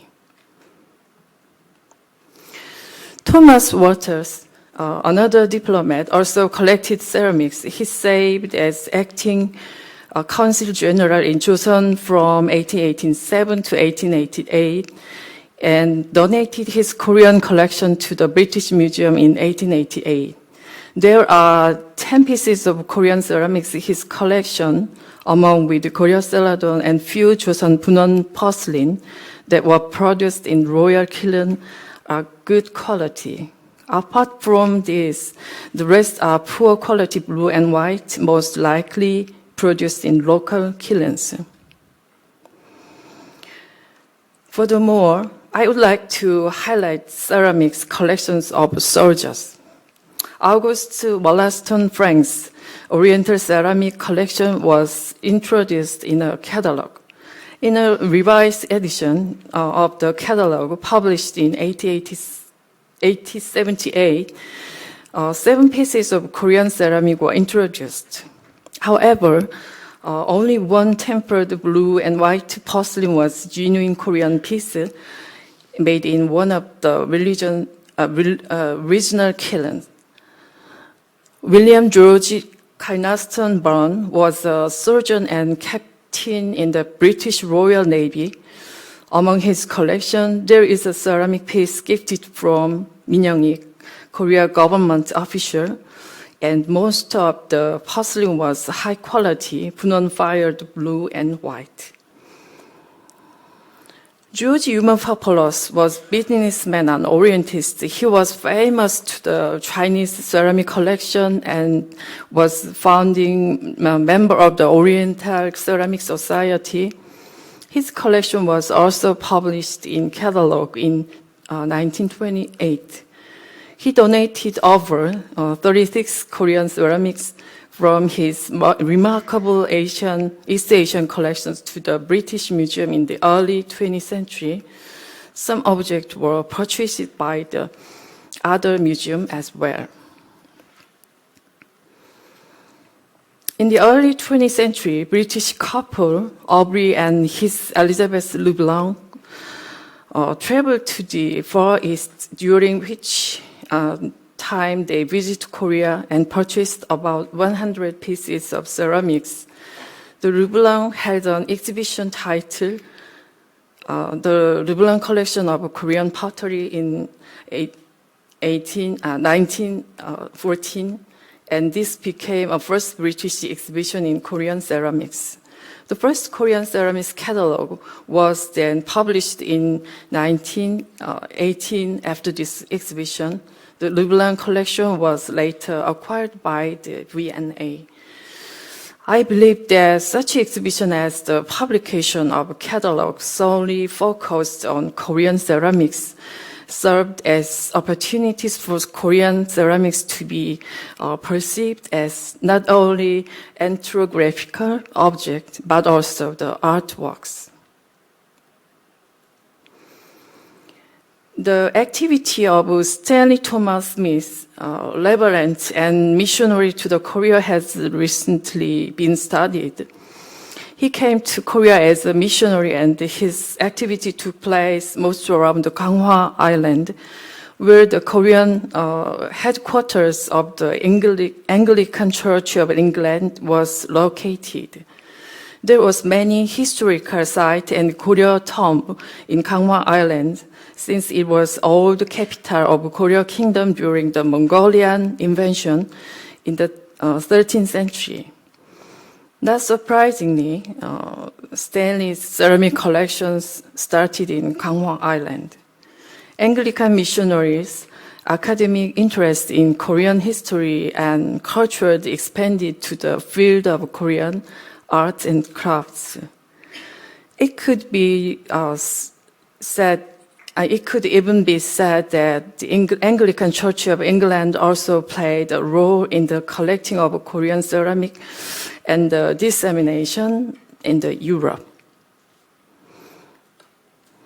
Meanwhile, cases for British Museum directly collection Korean artifacts also increased. In the case of V&A, the head of ceramic department visited Korea in person, sometimes around 1911 and 1912, purchased artifacts. On this occasion, he purchased pottery and textile through the Kabanov shop in Gyeongsang, present-day Seoul. We can see more detailed purchase from the information, the right. Another way the purchase artifacts was through professional art dealership. Yamanaka & Company, a dealership founded by Yamanaka Sadajiro in one example. The company opened the branches and the showrooms in Boston and London and functioned as the middleman in purchasing Japanese, Chinese, and Korean artifacts in antiques. From the late century to the early 20th century, some ceramic companies marked Korea, Korean, and Korea on the foot of ceramic products alongside with company trademark. Pomodoro, Wetwood, Clemenson, or Colport, Hanko, Wood and Sons, etc. Their manufacturing plants were located in Staffordshire, England, and Glasgow, Scotland. Most of the products were Western-style dishes and that had no connection to Korea. Tableware sets, various shape and size, including plates, bowls, teacups, and saucers, were mainly produced, as well as few decoration vases. However, it's interesting that these ceramic companies printed most of the decorative patterns in monochrome, similar to Korean ceramics. Moreover, they used the standardized pattern of Oriental architecture of plants. This is quite a distinctive feature with a stark contrast, extravagant Chinese, Japanese, and Western-style ceramic decoration. I perceive this is to be the attempt to apply Korean style on Western vessels that were manufactured using modern methods.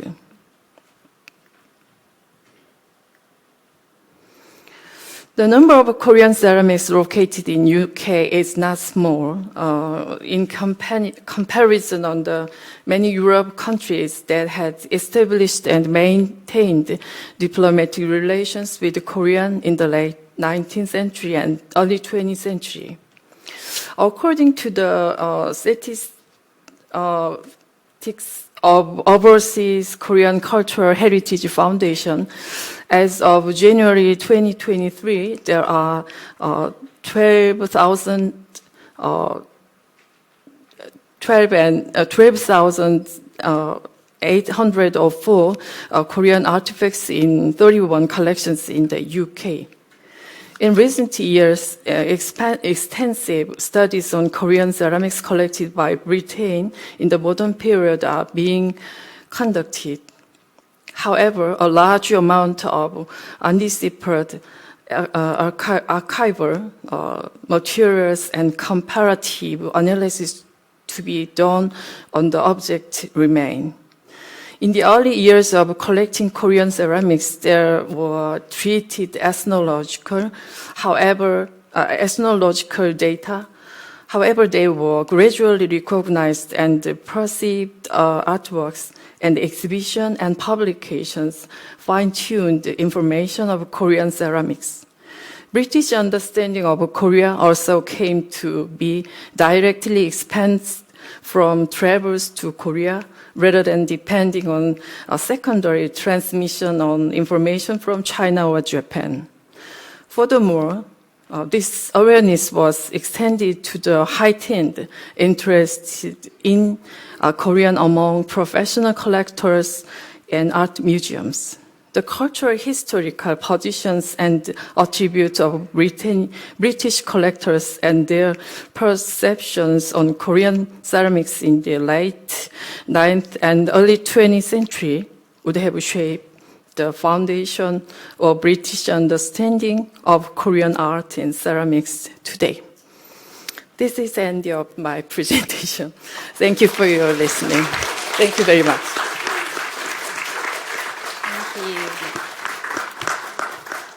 Sang-Ah Kim is the curator of the Korean collections at the British Museum. She's been there since October 2021. She's also a PhD candidate in Korean art history at SOAS with Charlotte. Prior to joining the British Museum, she worked at the Portland Art Museum, where she was involved in the repatriation of an 18th century Buddhist painting to Korea and curated several gallery rotations and exhibitions on historical and contemporary Asian art. Good afternoon. It's really my turn, right? Okay, good afternoon, everyone. And it's my great pleasure to be part of this conference. And I would like to thank Dr. Charlotte Holick and Professor Oh Young-chan and Overseas Korean Cultural Heritage Foundation and all the organizers who made this conference possible. Today, I'm going to talk about how the British Museum has been collecting and displaying Korean collections. The museum's collections and exhibitions of Korean art have previously been examined in some detail by my predecessors and other scholars. And in this presentation, rather than introducing new materials, my aim is to examine three select aspects of the museum's interaction with Korea in keeping with the theme of soft power.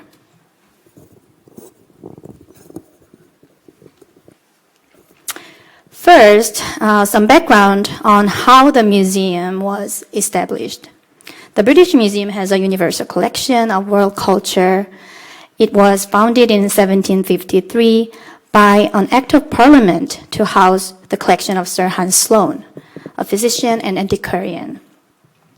And one of the tenets of the museum, which has existed since its inception, is that the free access to the given to all studious and curious persons. The extraordinary breadth of the collections and the free access policy draw millions of visitors each year, ranging from serious researchers to families and curious children. The Korean collection is now considered an important pillar of the museum, but it had a modest beginning. This is due in part to the fact that Korea was close to the trade with the West until late 19th century and remained hostile to outside influence long afterwards. The first Korean object to enter the museum was this coin charm that you can see left on this slide. This came to the museum in 1865, and 16 years later, 5 Korean paintings were purchased from Professor William Anderson, an English surgeon who had spent time in Japan. And Anderson had amassed a collection of more than 70,000 works, mostly Japanese prints and paintings. And in 1881, he sold more than 2,000 collections to the museum, and there were 5 Korean paintings included that was acquired during his stay in Japan. Since this slow start, the museum's Korean collection has grown through donations and purchases to around 4,000 objects that range in date from prehistory to present day. From the mid-19th to the early 20th century, several individuals played a significant role in shaping the museum's Korean collection.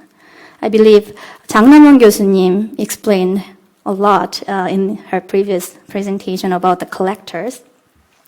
So some collectors bought Korean art in conjunction with Chinese and Japanese works, such as George Eumophilos, Sir Harry Garner, Oscar Raphael. And others focused on Korea because of their time spent there as diplomats, businessmen, or missionaries. For much of the 20th century, however, the Korean collection remained relatively static. In the aftermath of World War II and the Korean War, Korea itself suffered from political and economic chaos.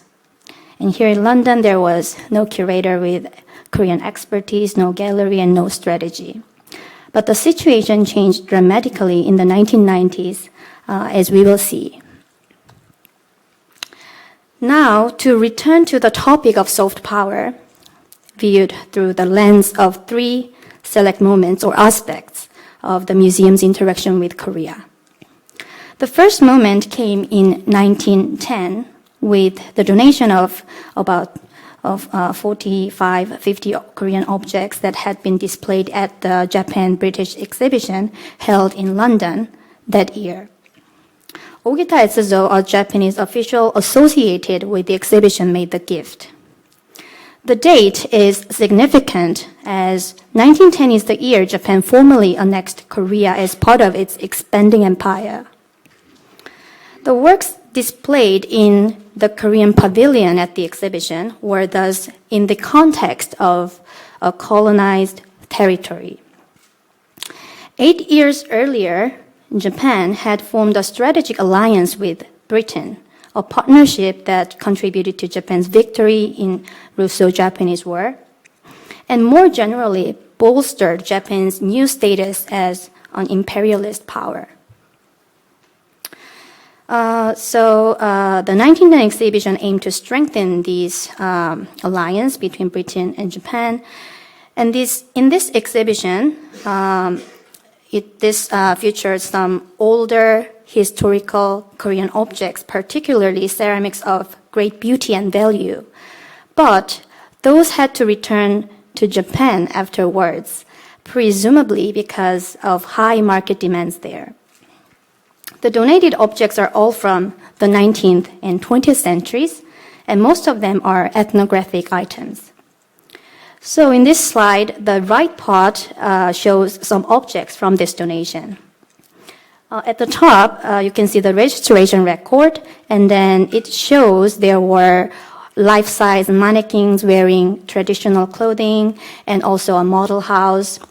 The model house at the upper right over there is currently displayed in the Korean gallery next to the Sarangbang to help audiences understand the structure of traditional Korean architecture. However, a previous scholar, Lee Jung-taek, noted that in this 1910 exhibition, this model house was displayed in juxtaposition with photographs of modern Western-style buildings and infrastructure built by the Japanese colonial administration, thereby suggesting that Korea was a backward nation, while Japan was the force of modernization. In sum, the 1910 exhibition and the subsequent gift to the British Museum illustrates the partnership between Great Britain and Japan as imperial powers. It is a moment when Japan demonstrates its power to Britain through its possession and display of Korean tangible cultural heritage. In other words, soft power from the Japanese perspective. The second moment I want to examine is the build-up to and the establishment of the Korea Foundation Gallery, which enabled the permanent display of Korean art. The gallery was created in 2000 with generous funding from the Korea Foundation. The gallery provides an overview of Korean art, and we also do thematic rotations twice a year. Having a dedicated space in the museum made a huge difference to the status of Korean art within the museum. And it was the result of the long-term efforts by both Korean and British actors. The path toward the Korean gallery unfolded over the course of 2 decades. Treasures of Korea, art through 5,000 years that, we learned a lot this morning, was a groundbreaking blockbuster exhibition of Korean art held at the British Museum in 1984. Co-organized by Professor Roderick Whitfield, the exhibition became the catalyst for interest in Korea on the part of the museum as well as in the UK and elsewhere.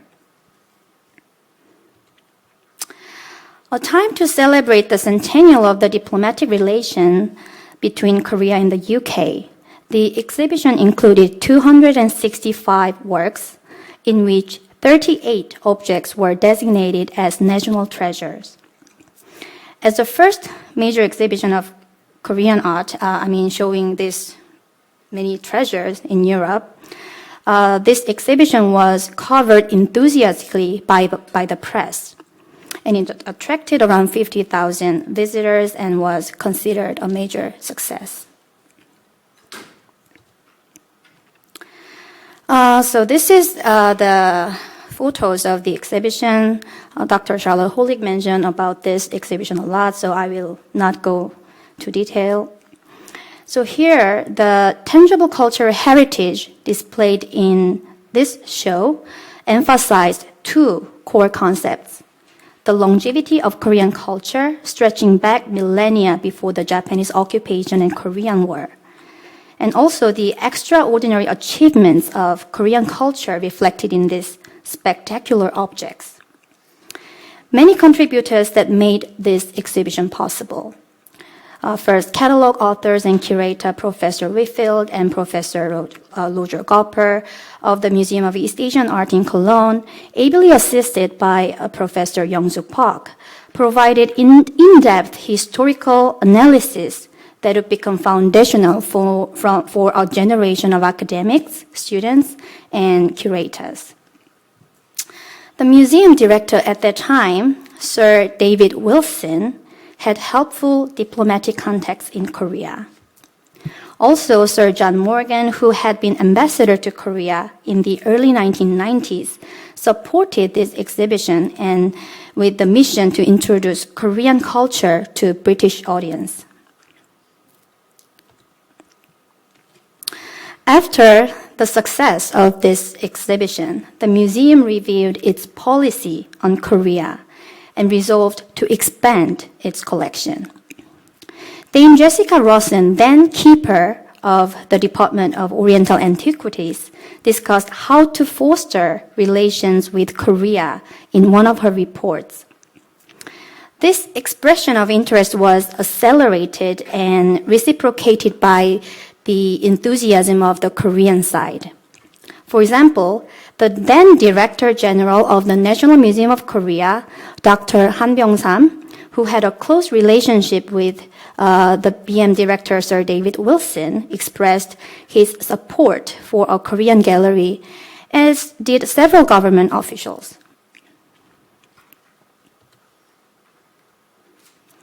At the museum, first step was to secure a dedicated space. Since the late 1980s, the British Museum has renovated several of the Asian galleries. For example, the Islamic Gallery was completed in 1989, and the Japanese galleries in 1990, followed by the Chinese and Indian galleries.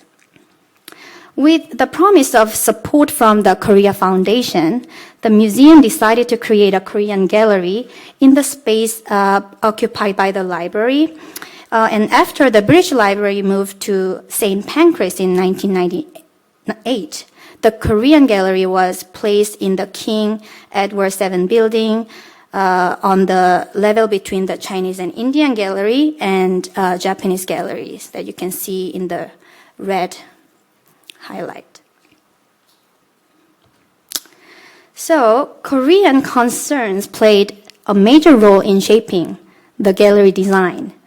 At the most basic level, it was important to Korea to have representation at the British Museum, home to world-renowned global holdings. Second, there was a desire to display both the longevity and distinctive characteristics of Korean culture, the same themes that had been paramount in the 1984 and 1997 Arts of Korea exhibition.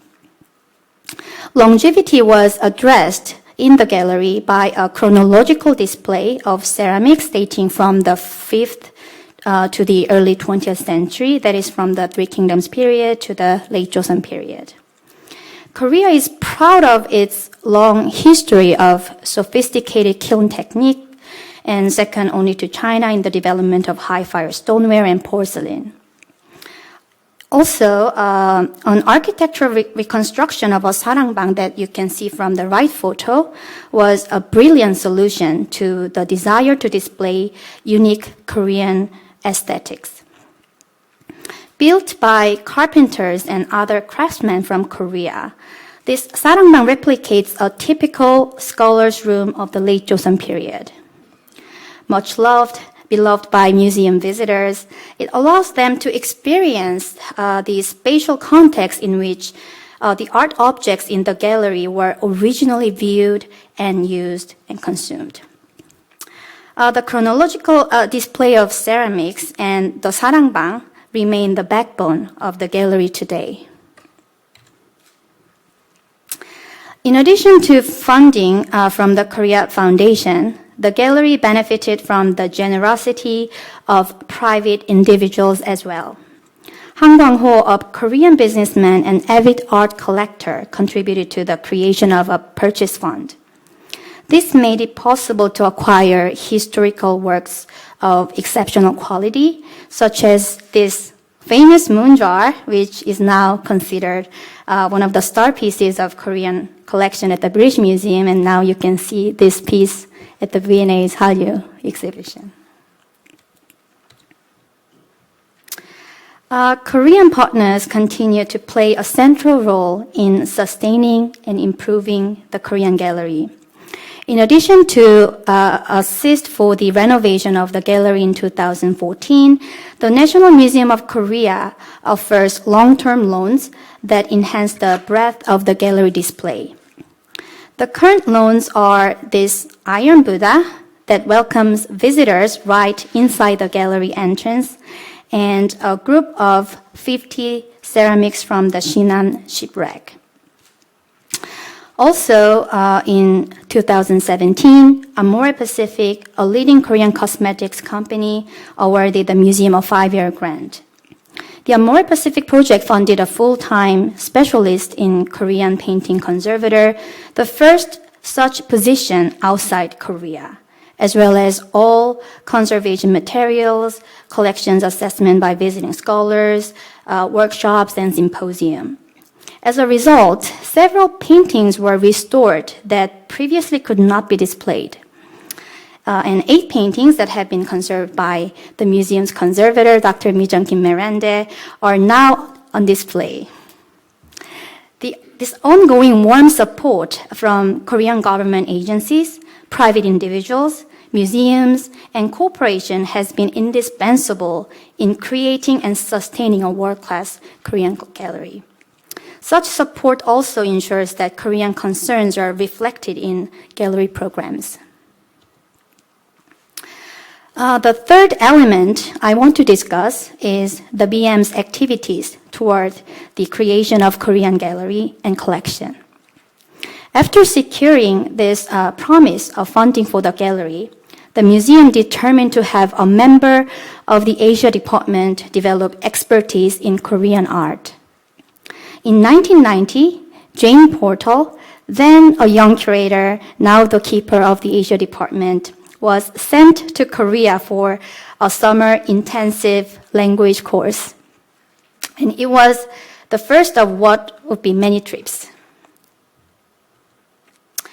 In the 1990s, the department began to actively expand the Korean collection.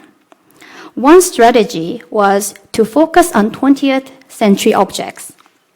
Not only were these more readily available, but they also demonstrate the ongoing vibrancy of Korean culture. This slide shows the approximate number of works in the Korean collection by period, and it is clear that our largest holdings are in the 20th and 21st centuries. Interestingly, there was a moment when a British Museum staff member visited Korea in the early 20th century. In 1929, then keeper of the Department of Ceramics and Ethnography, Robert Hobson visited Japan, Korea, and China. According to his report, he visited museums in Daegu, Gyeongju, Seoul, and Pyongyang. However, this trip focused primarily on Japan, and he considered Korea as a little more than a passageway from Japan to Korea. And there was no huge effort in purchasing or researching Korean art during this trip. For most of 20th century, Korean culture had little visibility in the West. And as we have seen, it was not until the 1980s and 1990s that serious interest took root. Between 1990 and 1993, Jane Portal made several visits to Korea to meet painters, potters, printmakers, and craftsmen. She acquired hundreds of objects during this trip, from 20th century everyday life objects to contemporary artist works. The collection grew significantly under her leadership. The museum was and is especially interested in contemporary works that employ traditional media or techniques. For example, Kim Ki-cheol's porcelainure that you can see from the left was fired in a traditional wood burning kiln rather than one fueled by gas or electricity. Following the establishment of diplomatic relationships between UK and North Korea in 2000, the museum included North Korean works in the collection. Again, it was Jane Portal who traveled to the DPRK in 2001 and 2002 to purchase ceramics, paintings, and other objects. North Korean posters were further added in 2017 and 18. As a result, today the British Museum is virtually unique among museums in the West in having a small but significant collection of objects from North Korea. The initial collecting effort of North Korean materials can be seen as part of the British government's impetus for a diplomatic thaw. It definitely speaks to a desire for Britain to be seen as liberal, open-minded, and forward-thinking. So collecting activities since the 1990s have been based on the museum's priorities. So in today's talk, I focused on 3 important elements or aspects in the collecting and display of Korean material and visual cultures at the British Museum. In keeping with the theme of this conference, I believe we can say that these moments in the museum's history illustrate soft power from different points of view, respectively. This is admittedly an oversimplification, and there are many more stories to tell. Thank you.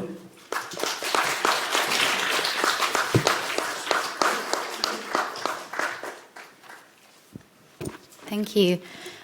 We have some time for questions. Could the presenters sit in the panelist seat?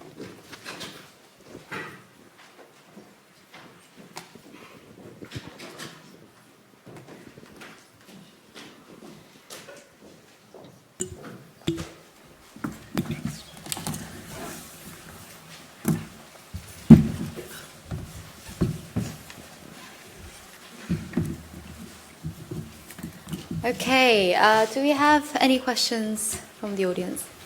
Yes. Mike.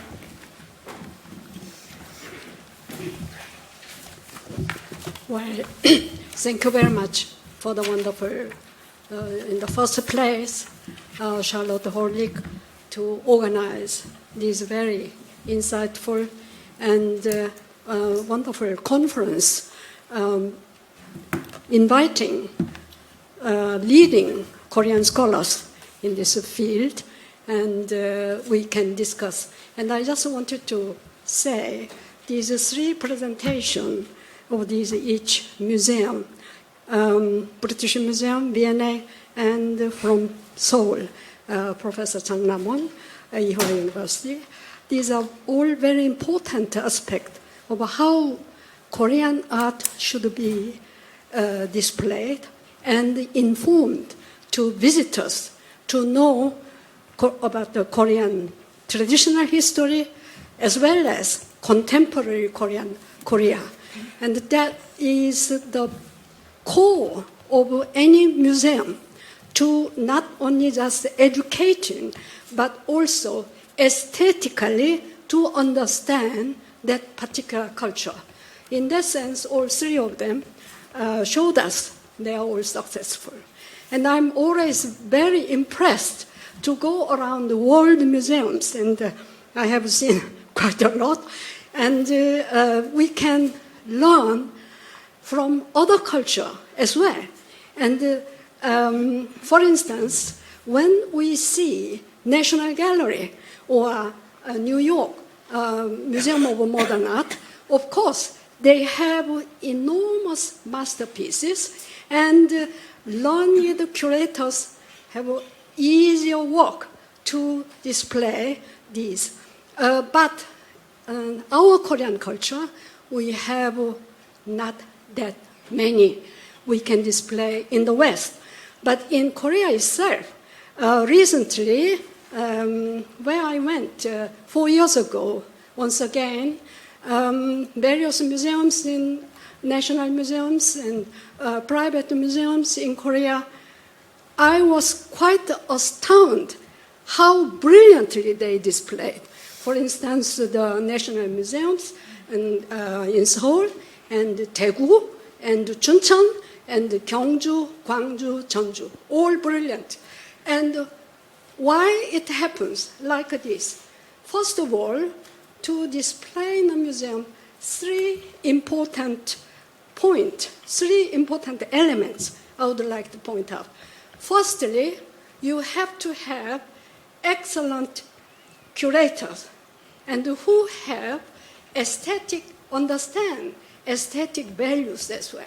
Because it is not just like we teach in universities, you explain and showing the background and so forth, but most visitors, when they come to a museum, they should see this is brilliant, beautiful, and what can we see about these display and what we can learn about that. So curators' aesthetical view and profound knowledge on that culture is vital. Secondly, I found the space is also very important. For instance, British Museum, when it was opened, Professor Jeong Yang Mo, Dr. Jeong, former our director, he told me, what do you think we have to display here? I said, Korean house. And he has, of course, top taste among all Koreans. And he brought these authentic craftsmen and authentic Korean sarangbang, which is much loved, and everybody can see what Korean Confucian scholars' life was. And in that sense, if someone has insight and understanding of the culture, then we can display something, even if it is small. And I should say, Rosalie, it is a very small space, and it is a corridor, practically. And when it was first designated as a Korean gallery, I was very, very angry, because next galleries, huge Japanese and Chinese galleries, we have such a small, narrow corridor. What do they think about Korea? So I was really very angry. However, we couldn't do, and now Rosalie collected certain pieces and so beautifully displayed. And every time when I go, there are quite a number of visitors to see these objects in certain contexts, in contemporary Korean designs. So that kind of idea is very important regardless the space. Thirdly, we should have excellent designer. We should be cooperated together. And sometimes I found it is a great pity. Museums spend so much money, and well, I do not want to say further. Okay, so British Museum and Victoria and Albert Museum in this country, they are superb, and we have outstanding curators, and I'm looking forward for the development. And Korean displays are getting better and better because of all these elements. Thank you. Thank you.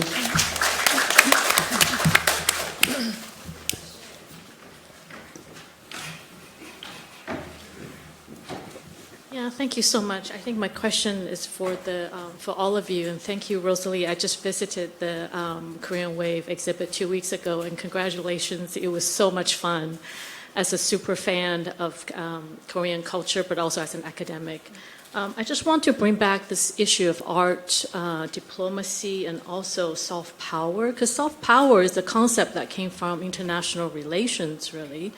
So my question for the Korean participant or the speakers is, what do you want to do with that soft power? Because now that you have it, Korean nation brand soft power is now the benchmark, I think, for nation branding.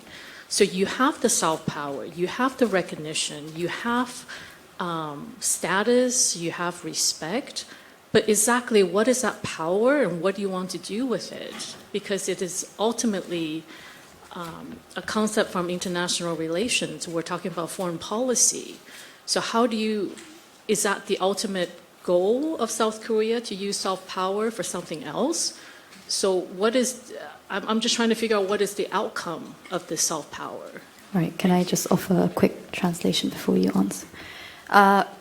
방금 하신 질문은 이제 한류 전시를 이제 보시고 재밌게 잘 관람을 하셨는데, 이제 이 컨퍼런스는 미술과 외교 관계 또는 이제 소프트 파워에 관한 내용이기 때문에 이제 질문자분께서 생각하시기에는 이런 국제 관계의 개념이 어떻게 이제 활용이 될 수 있을지가 궁금하신 것 같아요. 그래서 이미 이제 한국은 어느 정도의 지위와 인지도가 올라가 있고, 지금 거의 다른 나라들의 소프트 파워를 만드는 정책의 어떤 모델이 되는 나라가 됐는데, 결과적으로 이 새로운 인지도를 어떻게 활용을 하실 건지 질문하셨습니다.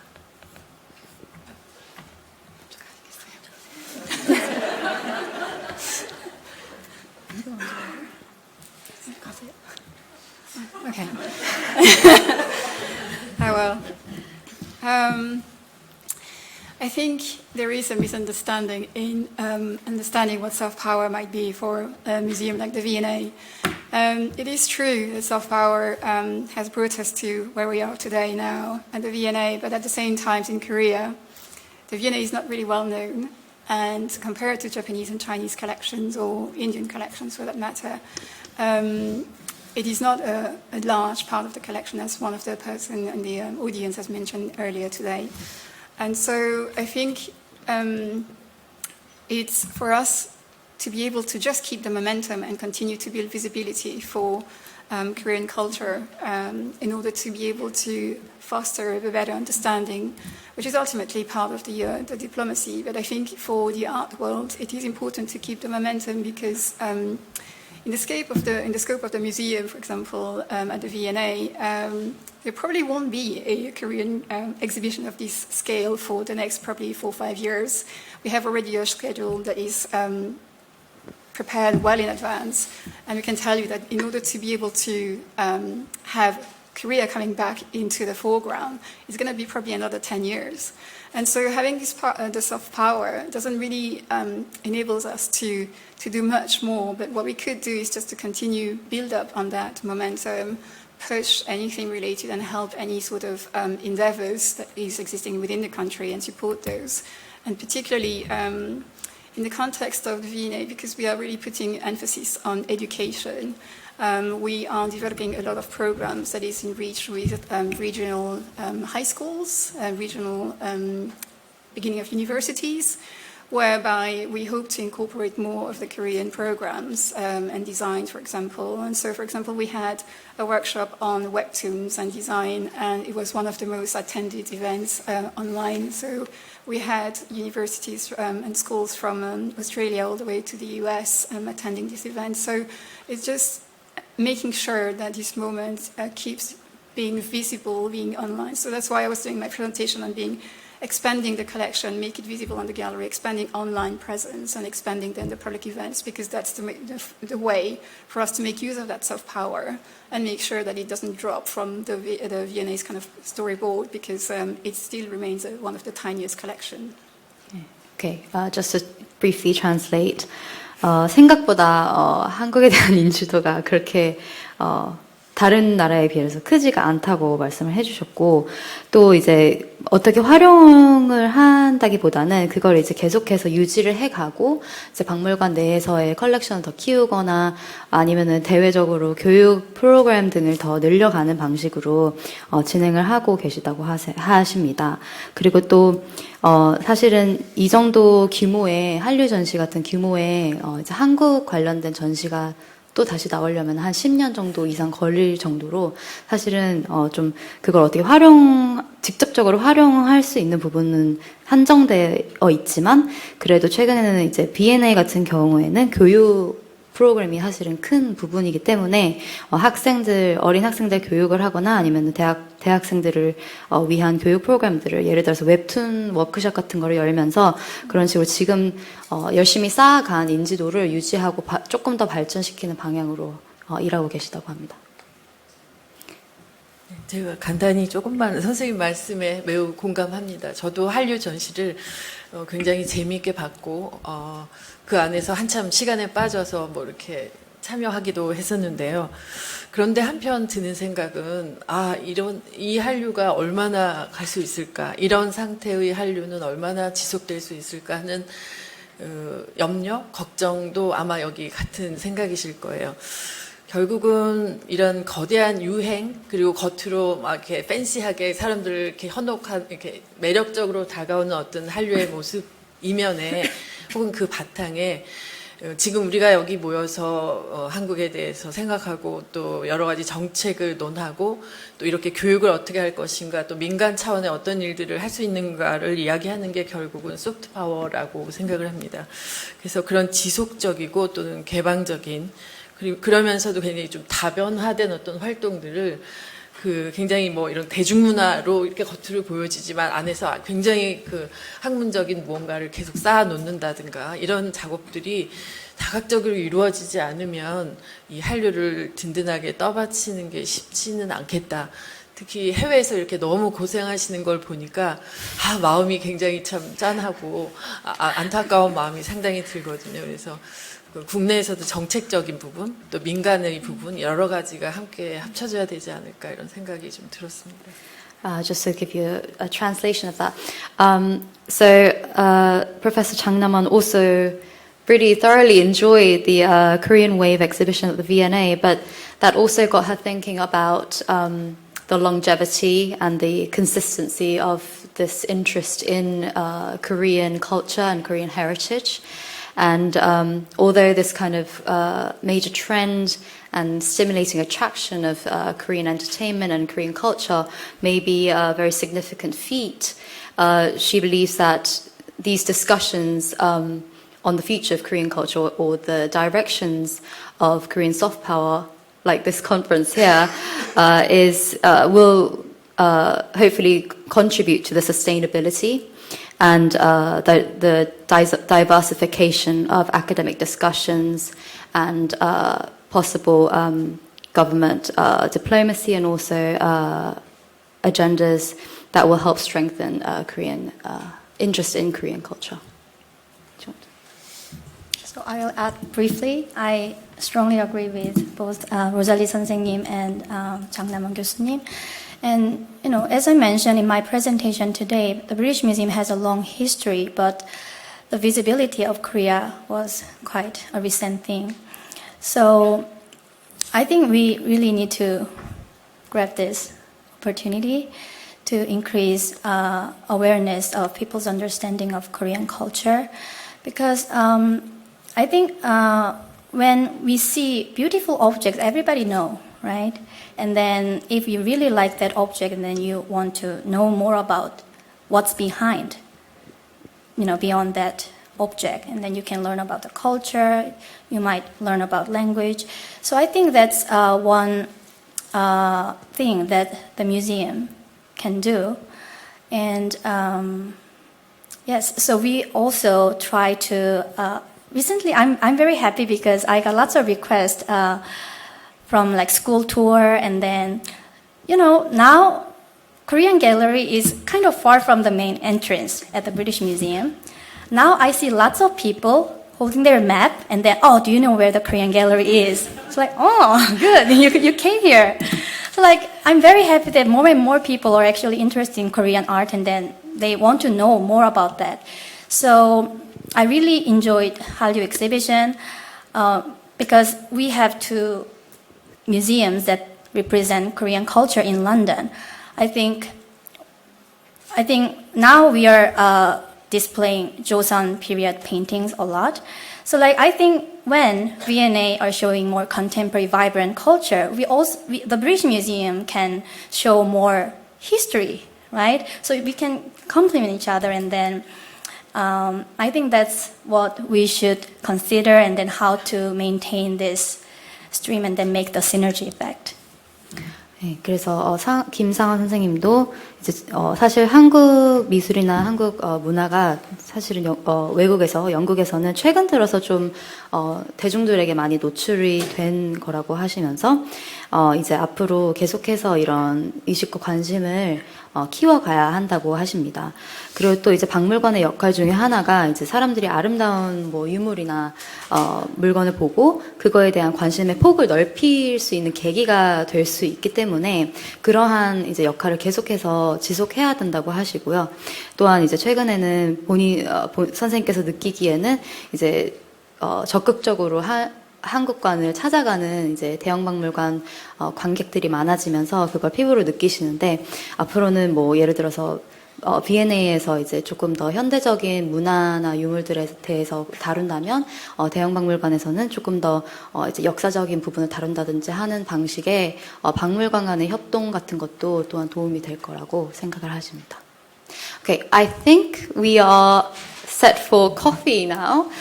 So please refill your caffeine. And yes. To complement the Korean Cultural Center, which in the last 10-15 years had the moon jar and exhibitions, and also not only to go to the Korean section in the museum, but also recently the Korean New Year has a huge audience. So in a way, they open to one another in this case. 네, 추가적으로 이제 문화원을 가시면은 이제 그런 한국에 대한 관심도가 이제 점점 더 커지는 것을 느끼고, 또 그냥 유물이나 이제 박물관 관람뿐만 아니라 좀 더 폭넓은 한국에 관한 이벤트, 행사 같은 것들을 이제 참석하는 것들이 너무 인상 깊으시고 좋으셨다고 하십니다. 또 예를 들어서 최근에 그 대형박물관에서 하신 그 새해 설날 이벤트 같은 경우에도 그런 것들을 많이 느끼셨다고 합니다. One more minute. So for the last session, we have 2 presentations. The first one will be done by Professor Oh Young-chan. Oh Young-chan 교수님 is a professor of Korean history, College of Education, and director of Korea Culture Research Institute in Ewha Women's University in South Korea. He received his BA, MA, and PhD degrees from Seoul National University, Department of Korean History.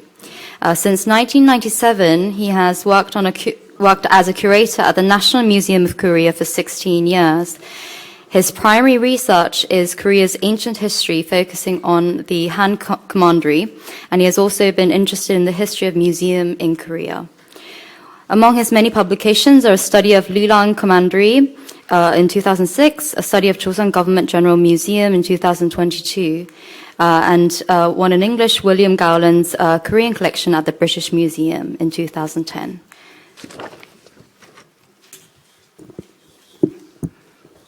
Good afternoon, everyone. My name is Young-chan Oh.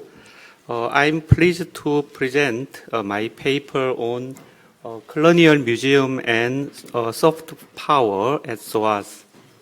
My topic is how colonial museum in Korea in first half of the 20th century Japanese occupation period, the Joseon Government General Museum tried to promote the soft power of Imperial Japan through Korean cultural heritage. European imperial countries established museums in their colonies as a cultural tool for effective colonial rule. Such colonial museums were intended to show off Western civilization to the colonized and present the legitimacy of colonial rule.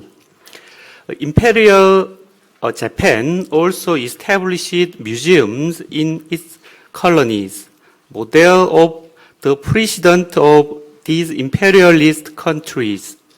The Taiwan Government General Museum in 1908 and the National Museum of Manchu State in 1935 are representative cases.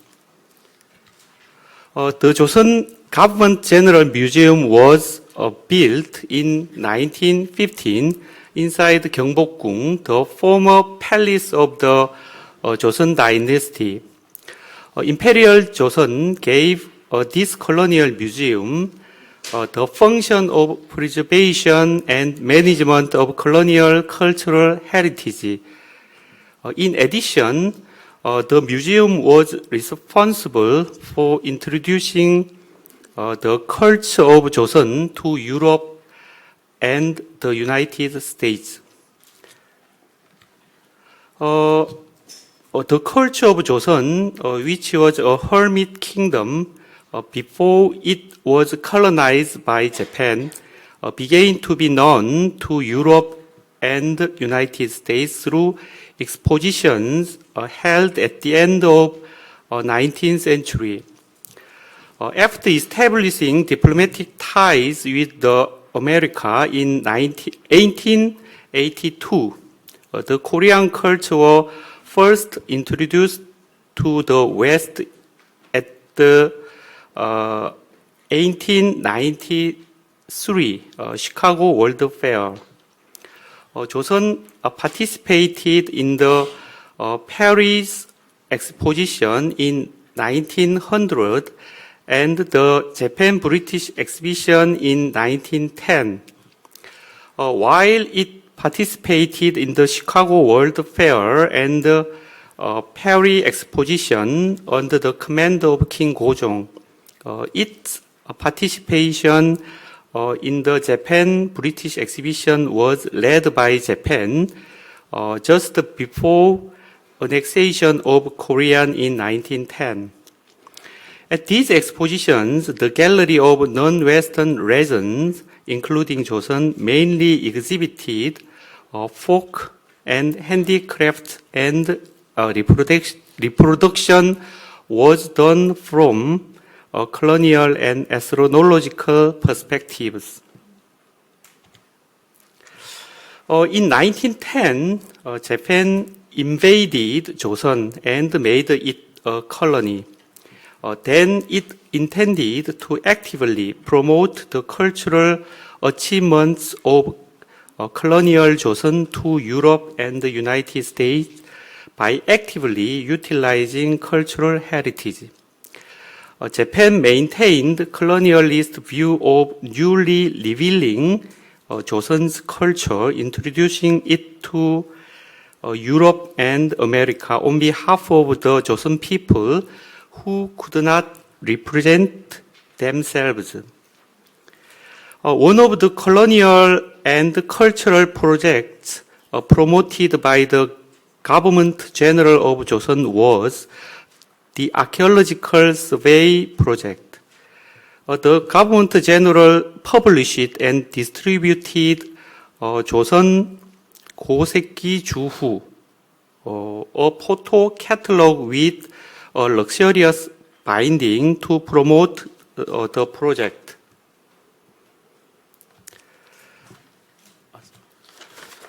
The first and second volume of this catalog began to be published in 1915, and 15 volumes were published up to 1935.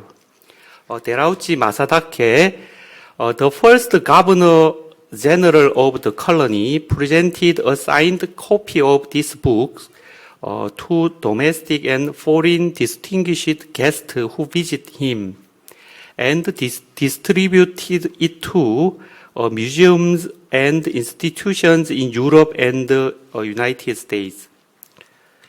In 1934, according to the Archive of Joseon Government General Museum, now the archive has been stored in National Museum of Korea. A total of 47 copies of Joseon Koseki Juhu were distributed to 12 countries. 11 copies were distributed the United States, 7 to France, 6 to United Kingdom, 4 to Sweden, and so on. The editor, Professor Sekino Tadashi of Tokyo Imperial University, was awarded the Stanislas Julian Prize by the Academy of Inscription and Letters of France in 1917 for the publication of this book. This means that Japanese had their own effect in promoting cultural achievement of colony to Europe. In the 1920s and 1930s, to promote the archaeological excavation in Joseon to foreign country, Japan produced and distributed excavation reports on Geumgwanchong, the crown tomb, which was a Silla tomb, Cheopchong and Wanggwangmyo, Han commandery tomb of Pyongyang, in very large size, luxurious catalog, and in some cases, English titles were written on the cover, or some list or abstracts were written in English. Other occasion when the archaeological excavation made in Joseon became known to Europe was a visit by Swedish Crown Prince Gustav VI Adolf and his wife in 1926. At that time, Imperial Japan desired Sweden's help, as Sweden was a founding member of League of Nations established in 1920. To win the favor of Crown Prince, amateur archaeologist, the prince and his wife, who were traveling in Japan, were escorted to excavation site of Silla tomb in Gyeongju. Although it was only one-day excavation, the excavation of gold crown in Joseon by the Crown Prince of Sweden seems to be widely known to Europe. This is the gold crown from this tomb. Japanese scholars named this tomb Seobongchong. Se means Sweden in Chinese, and Bong means phoenix, which was decorated as a part of gold crown. The site of Seobongchong still remains without burial mound and was excavated in 2016 by National Museum of Korea once more. Due to the special relationship between Sweden and Korea in 1932, the Swedish National Museum donated 67 relics to Joseon Government General Museum. Currently, the East Asia Museum of Sweden also stored a replica of a painted basket from Rorang tomb and lacquer cup from Rorang tomb in Pyongyang. The museum acquired these artifacts in 1931. Perhaps because of that influence in 1929, as you know, Percival David, who has been a professor of Chinese art at SOAS later, donated an excavation survey fund 3,000 yen. It is hard to estimate precisely, but it might equate to around 30,000 pounds today. With this funding, Silla tomb was excavated next to the Swedish prince tomb. Today, this tomb is still called David tomb. Among Joseon's cultural heritage during the Japanese colonial period, the Rorang collection became widely known to Europe. Japanese archaeologist Umehara Sueji played an important role. Staying Europe and the United States from 1925 to 1929, he compared lacquer cups with ears from Rorang tombs with the one from the tomb of Noinullah in Mongolia. And he revealed they are artifacts from Han Dynasty in China. Umehara criticized the view of the eminent French sinologist Paul Pelliot. The Pelliot said the artifact was from the 6th Dynasty's period in China. In these days, the European academia well-known Chinese archaeology, especially Han Dynasty, was scarce. The Rorang collection and his research received great attention. Umehara took great pride in researching the ancient Chinese ruin of Rorang tomb in Joseon, a colony of Japan, just as Britain did in colonial Egypt and India.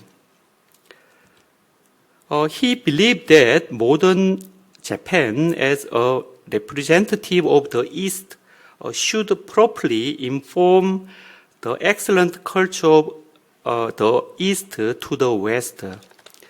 Through this, Japan could gain equal status to European imperialist countries.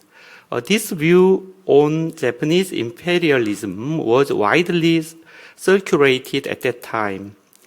In this regard, 11 pieces from the Rorang collection of Joseon Government General Museum were exhibited at the International Exhibition of Chinese Art held at the Royal Academy of Art in London in 1935 and 1936. One lacquer cup with ears excavated from Rorang tomb also houses in the British Museum with Goland collection, which was consist of earthenware in Three Kingdoms period of Korea. The Joseon Government General Museum not only disseminated its knowledge and information to Europe and America, but also active in collecting Western knowledge. Umehara Sueji, who received partial funding to study abroad from the Joseon Government General, submitted inspection report in Europe and America in 1930. He collected various information on archaeological surveys, cultural heritage preservation, and museum facilities in Europe and United States, and reported them to the Governor General of Joseon. Fujita Ryosaku, he is the museum director and professor at Keishu Imperial University, actively led the International Cooperation of Joseon Government General Museum. From 1962 to 1926 to 1928, he traveled to England, France, Germany, and the United States to study abroad. Based on his research experience in Europe, he raised an important theory that Korean prehistoric combatant pottery in Neolithic period were originated and diffused from Kam ceramic in northern Europe. Although the diffusionism interpretation is now heavily criticized, it has been accepted for quite some time. Fujita did not study archaeology at a specific university, but toured around European and American museums and institutions while based in Germany. His travel log was published as Korean and Museum in Europe and America in one magazine in 1929. Here, Joseon's cultural heritage displayed in Europe and American museums in the late 1920s are all introduced. Meanwhile, in the late 1920s and 1930s, a large number of archaeological books in Western language were acquired by the Government General Museum. Among the available books, there were many volumes in German as well as English.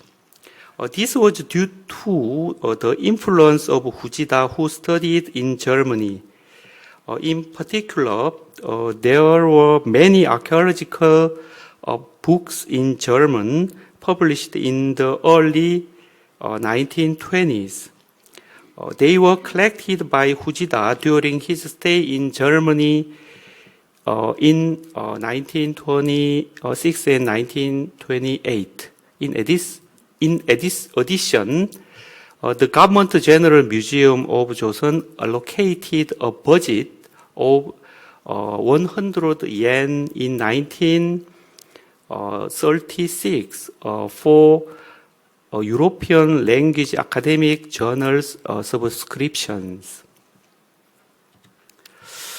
During the Japanese colonial period, the Joseon Government General Museum exchanged academic knowledge about the cultural heritage with Europe and the United States.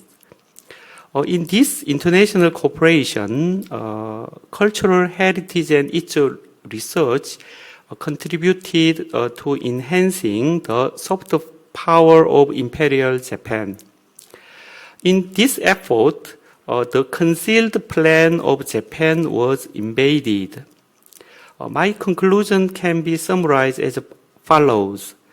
Imperial Japan, through the Colonial Museum, intended to first newly reveals Joseon's culture that was not previously known. Second, introduce it to the West on behalf of Joseon people who could not represent themselves. Third, contribute the study of Oriental studies by excavating the remains of Lorang. Lastly, show off the achievement of cultural rule in the colony and gain equal status to European and American imperialist countries. Thank you for your attention.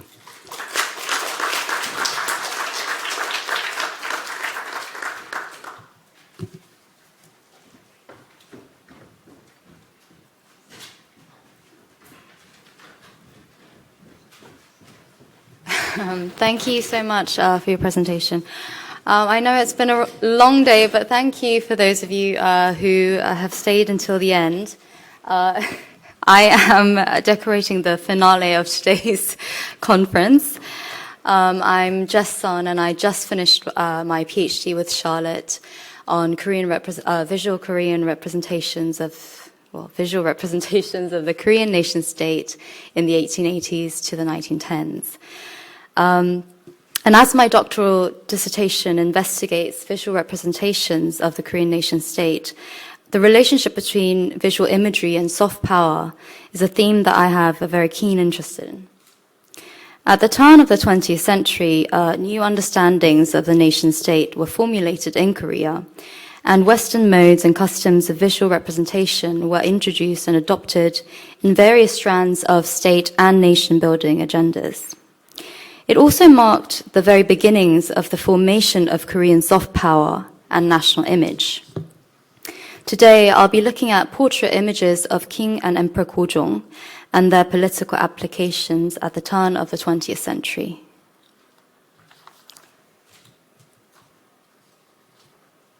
The presence of Korea in Europe or America was relatively slow to develop, especially when compared to neighboring China or Japan. Regent Hungsandaewongun's isolationist policy had prevented contact with the Western world for decades. And when Joseon finally opened its ports under the direct rule of King Gojong, very little was actually known about the so-called Hermit Kingdom.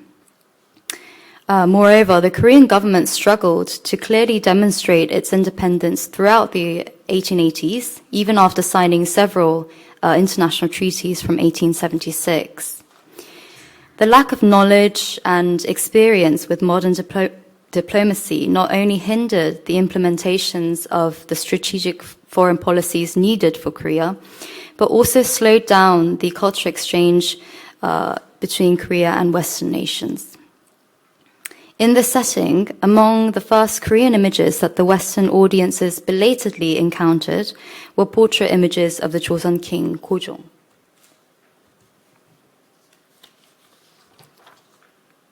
Although my recently finished doctoral thesis examines many different types and functions of Gojong's portraits, today I would like to focus on portrait images of Gojong used for state representation. More specifically, I'll first look at how Gojong's portraits were used to introduce Korea to the West in the late 19th and early 20th centuries to formulate an early national image of Korea.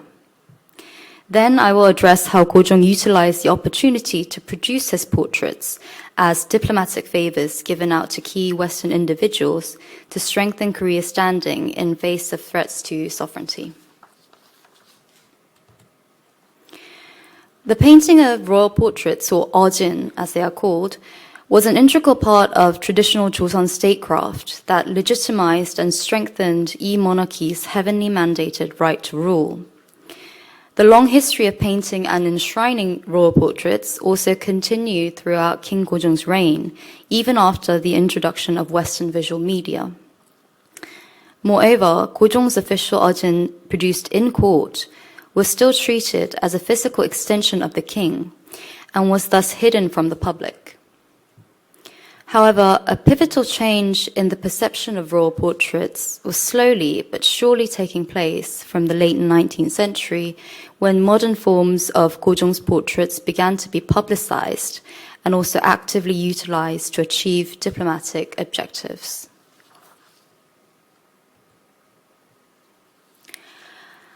An unprecedented role that Gojong's portraits played at the turn of the 20th century was openly and publicly increasing Korean presence in the West. Dutch painter Hubert Vos was the first to be officially granted the opportunity to capture Gojong's image in oil in 1898. According to contemporary newspapers, he was actually handsomely paid by the court and was even permitted to take a copy of the emperor's portrait outside of the palace grounds and exhibit it at the 1900 Paris exposition. Yet, this painting does not depict Gojong as a powerful and divine ruler. Rather, his standing pose, awkward tilt, and hand gesture, and a simple background gives the impression of a gentle and timid man. In fact, in the Paris exposition, the portrait was treated as one of the many observational images of ethnographic specimen of non-Western nations. Though Ko Jung was aware that his portrait would be openly displayed for the Western public, he most likely wouldn't have known that his image would be displayed as one of the 32 types of various races. Nonetheless, it seems that priority was placed on having a portrait produced for the representation of Korea in the West, rather than the preservation of Ko Jung's monarchical authority.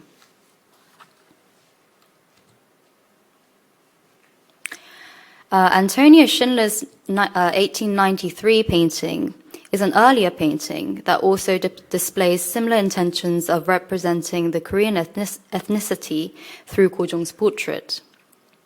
Schindler was employed by the Smithsonian Institution and similarly produced portrait paintings of people of various races and ethnicities.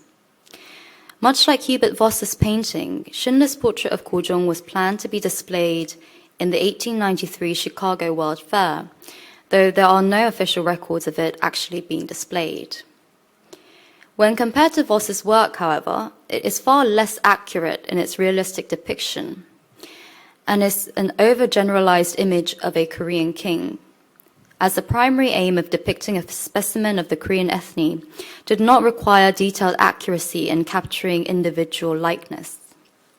Moreover, it is likely that Schindler painted the portrait based on a photograph, which explains the rather crude rendering of Ko Jung's face that has neither an aura of a divine ruler nor the authority of a state leader.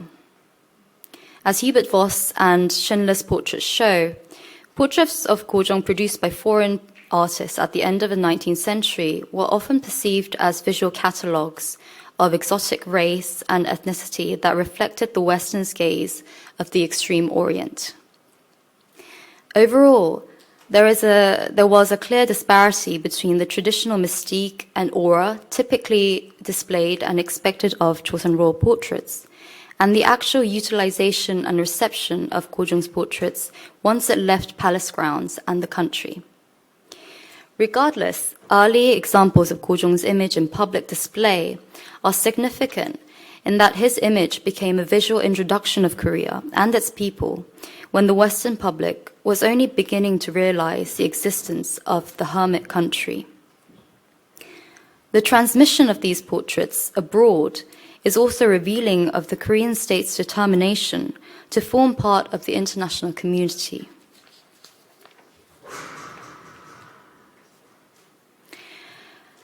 After the proclamation of the Korean Empire in 1897, Ko Jung made his own attempts to re-establish his image in a more Western manner.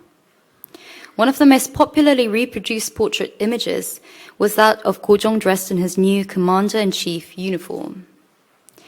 Both Murakami Tenshin and Henry James Morris photographed the Korean emperor around the year 1900. And of course, by this time, portrait production was recognized as an important project by the government, and the court expended a large budget into purchasing Western military uniforms for Ko Jung and Sun Jung, the crown prince. However, again, his pose and facial expression, as well as the backdrop, are still quite awkward, uncalculated, and even uncharismatic. These photographs were mostly consumed as photographic postcards among foreign visitors who collected and used them as souvenirs. So despite state efforts to elevate the authority of the new emperor, they were treated as popular commodities and memoranda of travels to Korea or Japan. Nonetheless, such popularized images of Emperor Ko Jung increased opportunities for foreigners to share information on the Hermit Kingdom back at home, and allowed Ko Jung to have himself and Korean statehood represented on a much greater scale.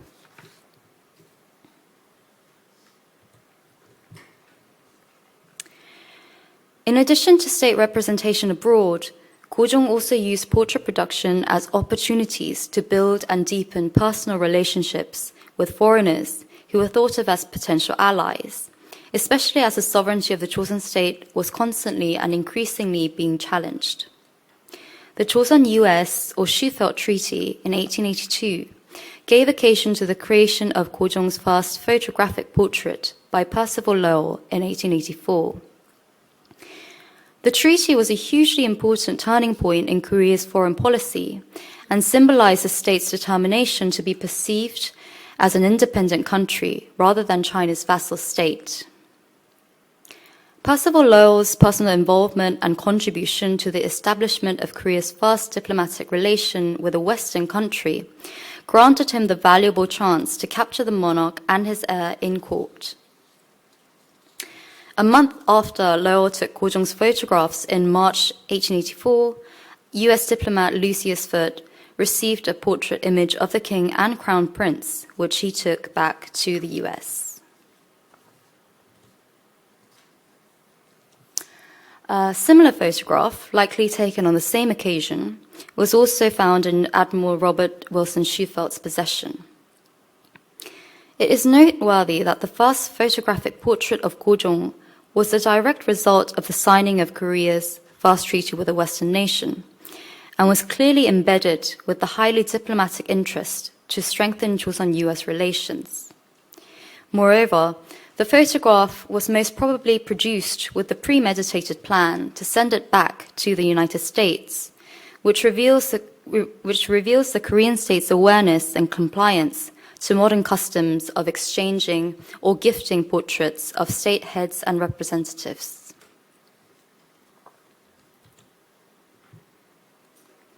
By the late 1890s, Ko Jong had experienced a traumatic assassination of his queen by Japanese forces and the humiliating flight to the Russian legation. And during this time, he granted a certain Mrs. Graham, the wife of US Consul General, the opportunity to photograph him and publish it within Korea. And this was the first time Ko Jong's photograph was publicly disseminated in Korea, notwithstanding limited Korean readership of the English print Korean repository.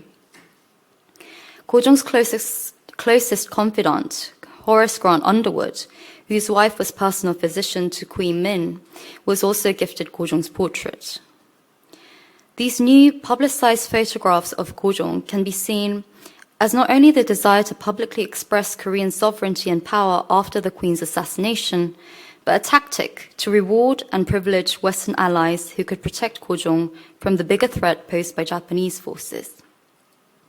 Indeed, written sources that accompanied these images were highly sympathetic, but also ironically displayed Korea as an endangered and weak country, unjustly violated by Japan, but nonetheless vulnerable. After returning from the Russian legation, Ko Jong proclaimed Joseon as the Korean Empire and became Emperor Gwangmu.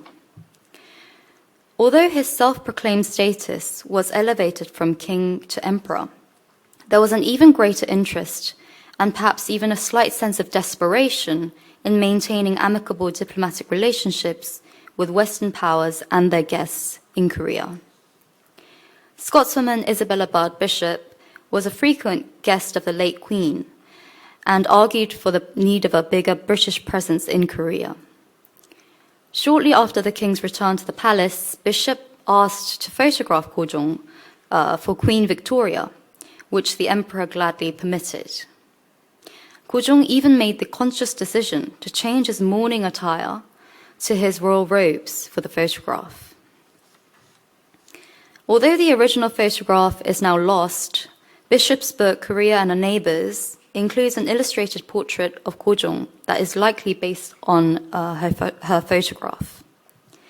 It is clear that the king's eagerness to sit and properly dress for Bishop's photograph derived from not only his personal relationship with Bishop, but also from the hope that this relationship would positively affect the state-level relationship between Korea and the British Empire, a powerful Western nation that could help Ko Jong maintain Korean independence and his own survival.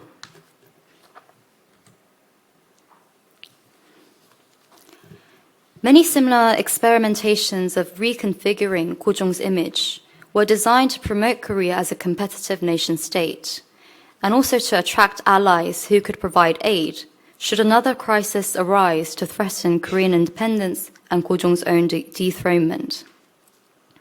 A prominent example of this is a 1905 photograph created as an official gift for the daughter of President Theodore Roosevelt, who visited Korea with the Taft Mission delegation. The photograph displays Ko Jong in a traditional imperial robe, seated against court folding screens. Unaware that the Taft-Katsura secret agreement secured Japan's control over Korea in exchange for US occupation of the Philippines, Ko Jong made strenuous efforts to make a positive impression on the Princess of the United States. The tinted photograph portrays Ko Jong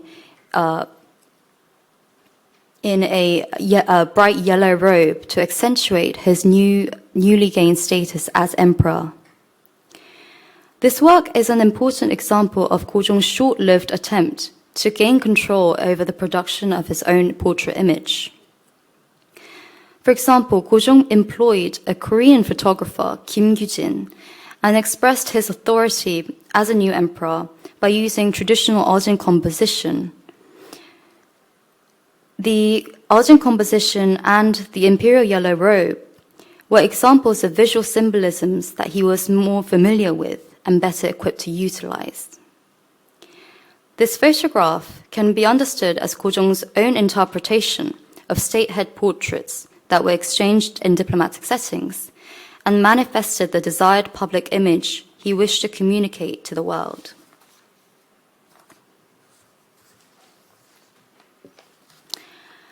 So to sum up, portrait images of Ko Jong from the 1880s to the end of the Korean Empire period that were used to represent the Korean state to the outside world were meaningful in two aspects. First, they helped construct diplomatic relations with Western powers and introduce Korea to the wider Western public. Secondly, they were also utilized by Ko Jong as diplomatic favors to individuals who were seen to be influential figures that could induce Western support in defending Korean independence, especially toward annexation. Objectives to increase Korea's presence in the West by visually representing the Korean ruler according to Western diplomatic and visual customs was in part fulfilled, notwithstanding some disparities in the manner of their reception. Ko Jong's portraits were often produced by foreign agents, leaving less room for Ko Jong's active participation in his image production, selection, and interpretation. Nevertheless, he was able to reciprocate in the exchange of portrait images and offered a symbolic gesture of willingness to participate in modern diplomacy through visual communication. On the other hand, Ko Jong's aspiration to strengthen Korea's public image and appeal or soft power as a means to secure foreign assistance was ultimately unsuccessful. Yet the fact that many Western representatives and visitors collected and brought back portrait images of Ko Jong shows that they were valued by foreigners as a representative image of the lesser-known East Asian country. Although Ko Jong undoubtedly failed to conserve Korean independence, he made several unprecedented attempts to actively utilize raw portraits in political agendas at the turn of the 20th century. Thank you.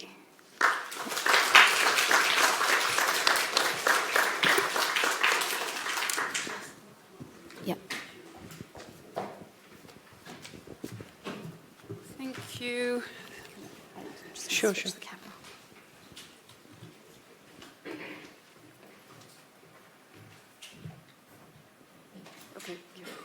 Thank you. Thank you very much, Jess, for that presentation. So, we will open up the floor for questions, but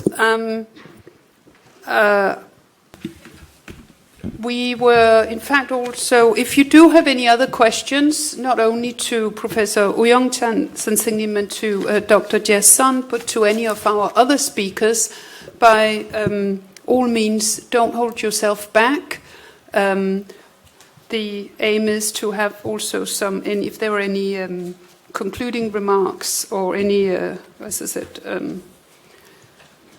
any questions that you would like to ask pertaining to the other papers. But we'll open up the floor. Are there any questions? Yes. Thank you very much. I have just a little comment and just to make. You know, for the last presentation, I really enjoyed it, and there are many things I learned from this. And I wanted to share with you. Maybe you already know, but maybe the public doesn't know yet. There is a new book released in Korea last year in 2022. Beboe Choson. Have you heard of that? Sorry, can you repeat the... Beboe Choson. Beboe, Weber, Karl Weber. Yeah, okay. Yeah, so that was made after the... actually, the German specialist found the archive of Karl Weber very recently. And he also had the portrait of Ko Jong. Yes, and he also had a portrait of Ko Jong, and Weber kept this portrait till the end of his life, and he also has the photographs with this photo on the background because he really cherished this photo. So this was another example of what you were talking about. So it was not only to countries you mentioned, but also other countries as well. And I think that if you need more information about this, I can provide later. Thank you. Thank you so much. Thank you. Any other questions? We have...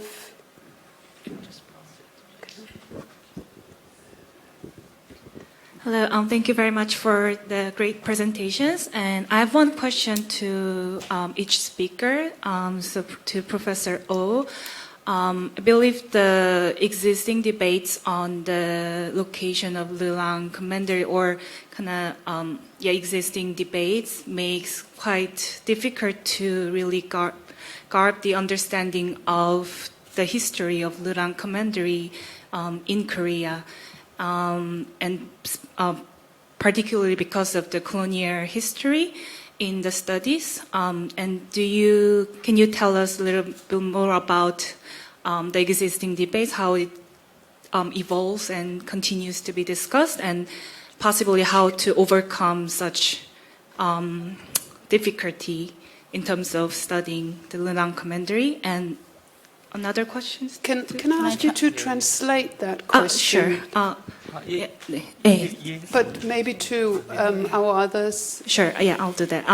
네, 제가 전문 분야 아니어서 잘 모를 수도 있지만 낭랑에 에 대한 관한 연구가 그런 식민지적 역사 때문에 조금 어려운 부분이 있어 왔고 그런 그 논의가 어떻게 지금까지 좀 발전돼 왔고 또 어떻게 하면 그런 좀 연구에 대한 어려움을 좀 극복할 수 있는지 일단 오영찬 교수님께 여쭤보고 싶었고요. 네. 그리고 두 번째 질문은 to Jess, I think the first two oil paintings are quite large in size, like about 200 centimeter and 100 centimeter, and although those were displayed publicly at the exposition, have you considered studying those or considering those different from other smaller scale sizes portraits like printed on postcards or photographs? Yeah. 한국말로 좀. 네. 제 선생님께는 이제 처음에 소개해주신 두 오일 페인팅 같은 경우에는 사이즈가 좀 크고 엑스포에서 이제 전시가 되긴 했지만 후에 설명해주신 사진이나 아니면 엽서에 비해서 많은 좀 다른 성격을 지니지 않았을까라고 개인적으로 생각이 들어서 혹시 그런 부분에서는 어떤 좀 차이를 발견하셨는지를 여쭤보고 싶었습니다. Thank you very much. 오영찬 선생님 먼저. 예. 첫 번째 질문이 낭랑군의 위치와 관련해서 식민주의 역사과 민족주의 역사 간의 어떤 대립적 구도가 있다는 견해가 요즘도 계속 있습니다. 계속 다 말씀을 드릴까요? So it is true that the discussion on the Lilang Commandery within Korea is still underpinned by that contrasting idea, the controversial idea that it is heavily influenced by the history of colonial rule. 예. 근데 20세기 들어와서 그 낙랑군의 위치 문제와 관련해서 한반도 북부에 있느냐 만주에 있느냐에 대한 논란에 그 종지부를 찍게 된 건 역시 고고학적인 발굴 자료라고 할 수 있습니다. But regarding the issue of the placement or the location of the Lilang Commandery, whether it's in the northern part of the Hanbando Peninsula or in the Manchurian area, can be kind of proven through archaeological excavations. 그래서 결론적으로는 그 낙랑군의 위치는 한반도 북부의 중심이 있었다는 것에 대해서는 이제는 더 이상 논란의 여지는 없는 것 같습니다. Based on those excavational findings, it is evident that the actual location of the Lilang commanderies are indeed in the northern part of the Korean peninsula. 그 수도 히스토리언들이 여전히 낙랑군의 위치가 만주에 있다고 주장을 하고 한반도에 있다고 하는 주장을 일종의 식민주의자들의 왜곡된 견해라고 비판을 하지만 고고학적인 자료가 이미 뚜렷한 결론을 냈기 때문에 더 이상 논란의 여지는 없다고 생각합니다. 네, 네. Although some historians argue that the claim or the argument that the Lilang commanderies are actually located within the northern part of the Korean peninsula is a testament to the influence of colonial history, it is quite evident from scientific research and evidence that it was indeed true. Yes. Jess, now it's your question. Oh, sorry. First of all, thank you for your question. I think that I agree that that is a very interesting aspect of investigating Ko Jong's portraits. And I think that is one of the reasons why this topic is so interesting, is because during this period, portrait images were very diversified in their forms and their functions. So while those large-scale portraits, painted portraits of Ko Jong that were produced to be displayed in expositions were typical renderings of the non-Western races, and it depicted Ko Jong as a more human figure. Those mass-produced or mass-disseminated photographic portraits, I think, had a different objective in mind when they were produced.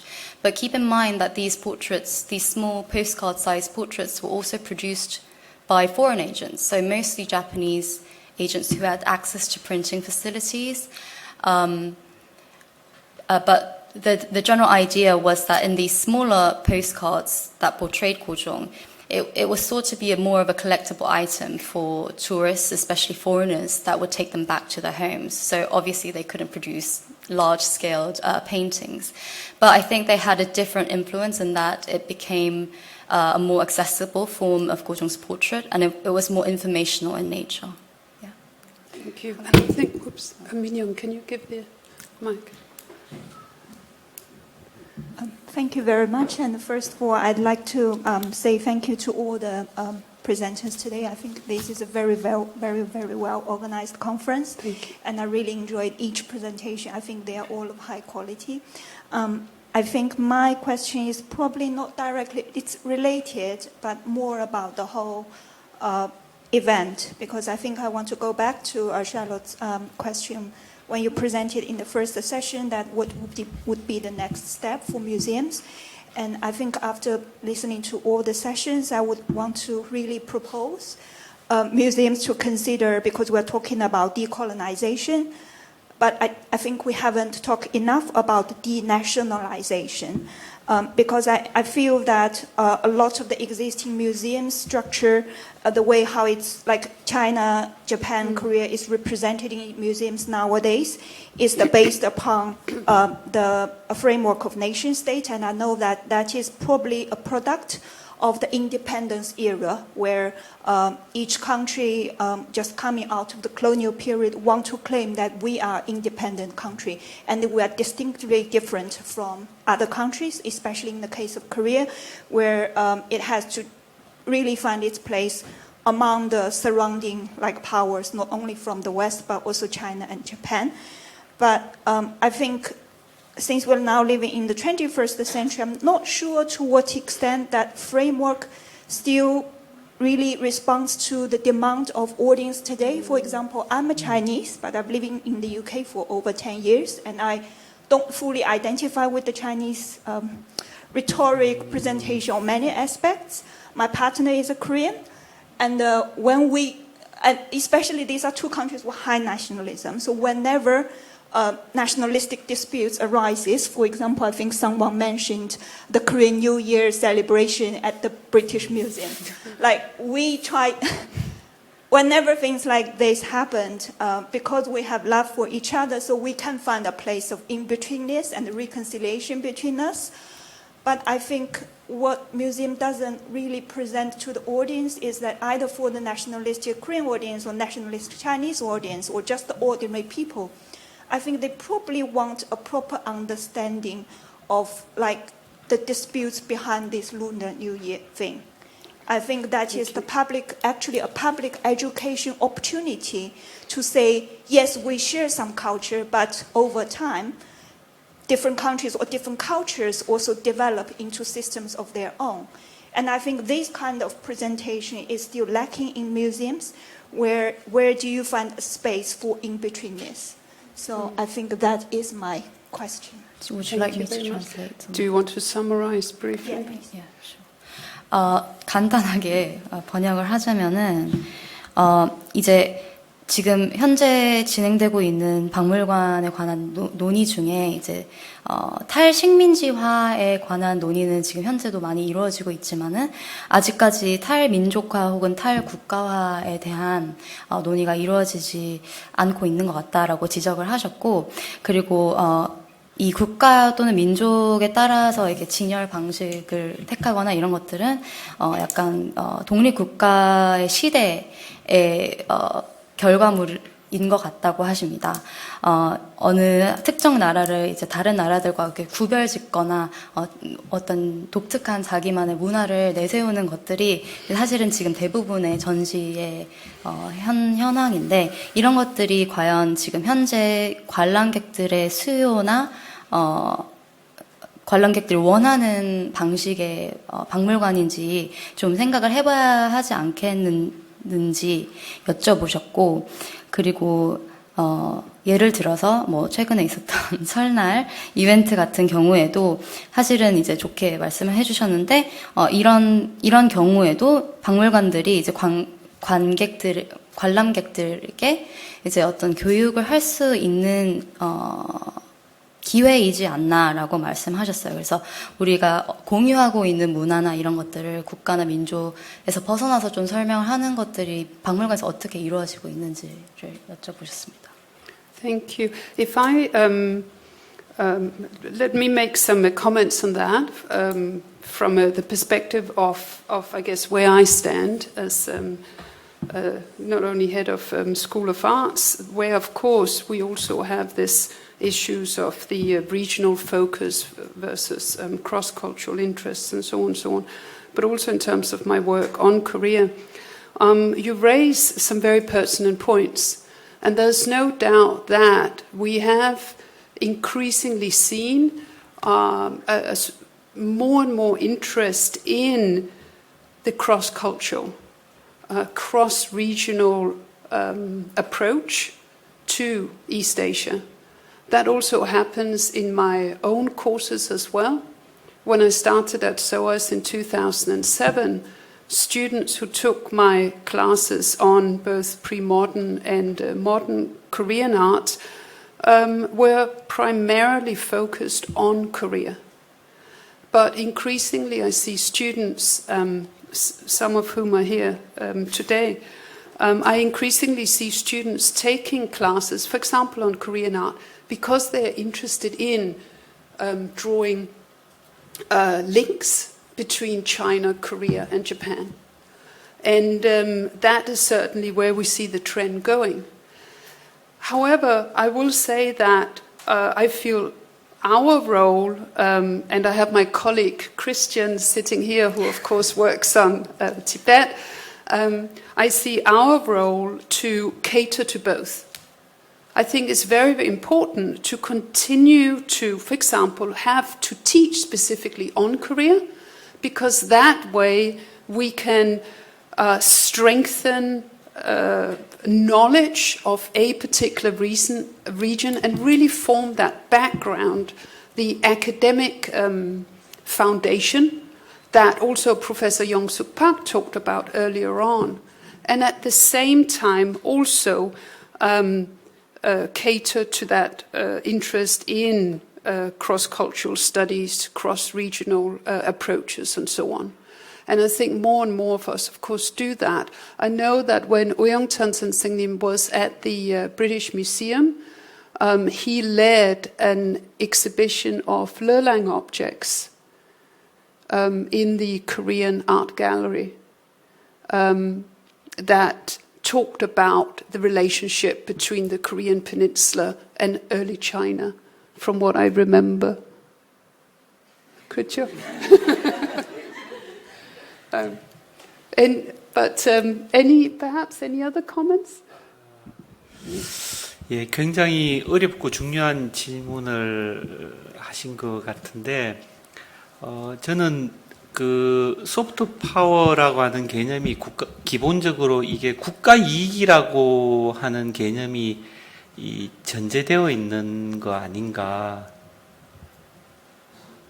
예.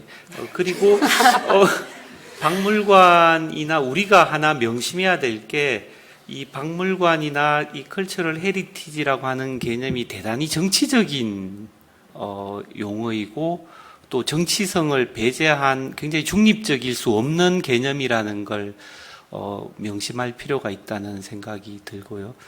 제가 오늘 다룬 그 식민지 시대 박물관 같은 경우에도 굉장히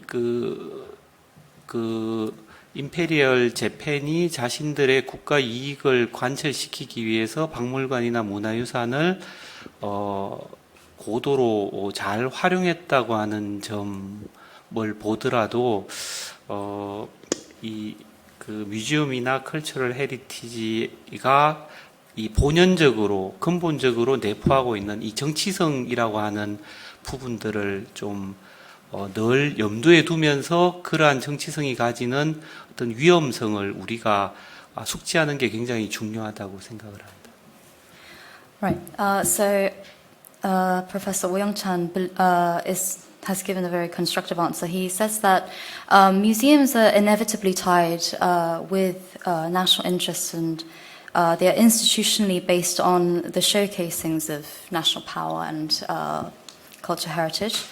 And we always have to be aware, and we have to be wary of the impact that this can have on museums as institutions, as can be seen from examples where the Colonial Museum, in its presentation, it basically demonstrated highly relevant utilization of the museum to achieve colonial Japanese interests. And also soft power, in its very sense, is tied with the pursuing of national interest. So museums and nationality or nationalism are always intertwined with each other. Thank you. Rosalie. Yeah, sure. Rosalie, just wait for the microphone. I was just going to add to your questions around that the decolonizing term is very much a Western kind of concept around it's really much applied to the British kind of empire for the time being because of the nature of where we are. But within the museum, we also have a group called the Decolonizing Groups and Lecture Reading Groups, where we are promoting these kind of lesser known kind of colonial histories and understanding how the dynamics works and how this should be represented within Western museums as well. And so I think that's what I was getting at when I was doing my presentation, where I think having a Korean gallery is indeed problematic, because in this context, obviously, you're constantly ordering the other culture. But it actually is, as Charlotte mentioned, it's very important to have them, because otherwise this kind of culture, because it's a minor collection, will never be shown or will be completely disappearing in the rest of the 2 million objects that is on display. And so I think there are two-way approaches that we tend to develop within the museum, where we continue to have cross-cultural displays. So for example, when we did the lustrous surfaces, the term was Asia and beyond, because we started with China, Japan, and Korea, but decided to continue with Southeast Asia, South Asia, as well as the Middle East, Europe, and do the whole world to understand that there is as you mentioned, no country is just developing on its own, and you are constantly in these kind of exchanges, and we are emphasizing that through objects. But the thing is, as you mentioned, the space itself is very difficult, because the space is really gold in a museum because of the lack of space that we have already for storage space, but also the permanent galleries. And so we are creating more and more the trails as a way to overcome that, be it for Black history or Caribbean legacies, as well as for other kind of stories around the looting during the Nazi period. And so there is no space per se for the time being, but there are more and more of those guides and trails palliating to those that are available as well. Thank you very much, Rosalie. Do you want to? 이제 간단하게 설명을 하자면, 로슬리 선생님께서는 이제 디콜로나이제이션, 식민지화라는 개념, 그리고 단어 자체가 어쩔 수 없이 굉장히 서양적인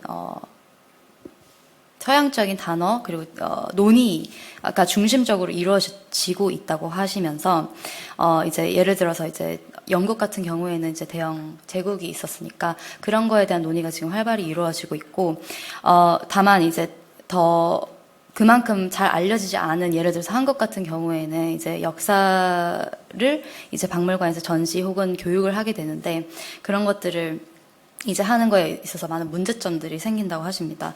한국관 같은 경우에도 그런 문제들을 생각을 많이 하고 계신데, 이제 문제는 한정된 공간에서 그걸 어떻게 풀어내느냐가 첫 번째 문제고, 두 번째는 만약에 이러한 노출이 많이 되지 않은 문화나 나라에 대해서 따로 공간을 마련하지 않으면 그거에 대해서 사실은 관객들이 이제 그걸 만나볼 수 있는 기회가 아예 없어질 수 있기 때문에 두 가지를 다 같이 하셔야 된다고 하십니다. 그래서 사료 선생님 교수님이 말씀 주신 것처럼 이제 지속적으로 이제 여러 문화의 어떤 다양한 이제 교류나 이런 것들도 같이 교육을 시키되, 이제 한국에 관련된 좀 더 전문적인 박물관 전시나 디스플레이를 조금 더 확장시키는 의미로 다가가신다고 하십니다. 그래서 앞으로는 예를 들어서 lustrous surfaces 그 전시 같은 경우에도 이제 처음에는 중국과 한국을 중심으로 다루신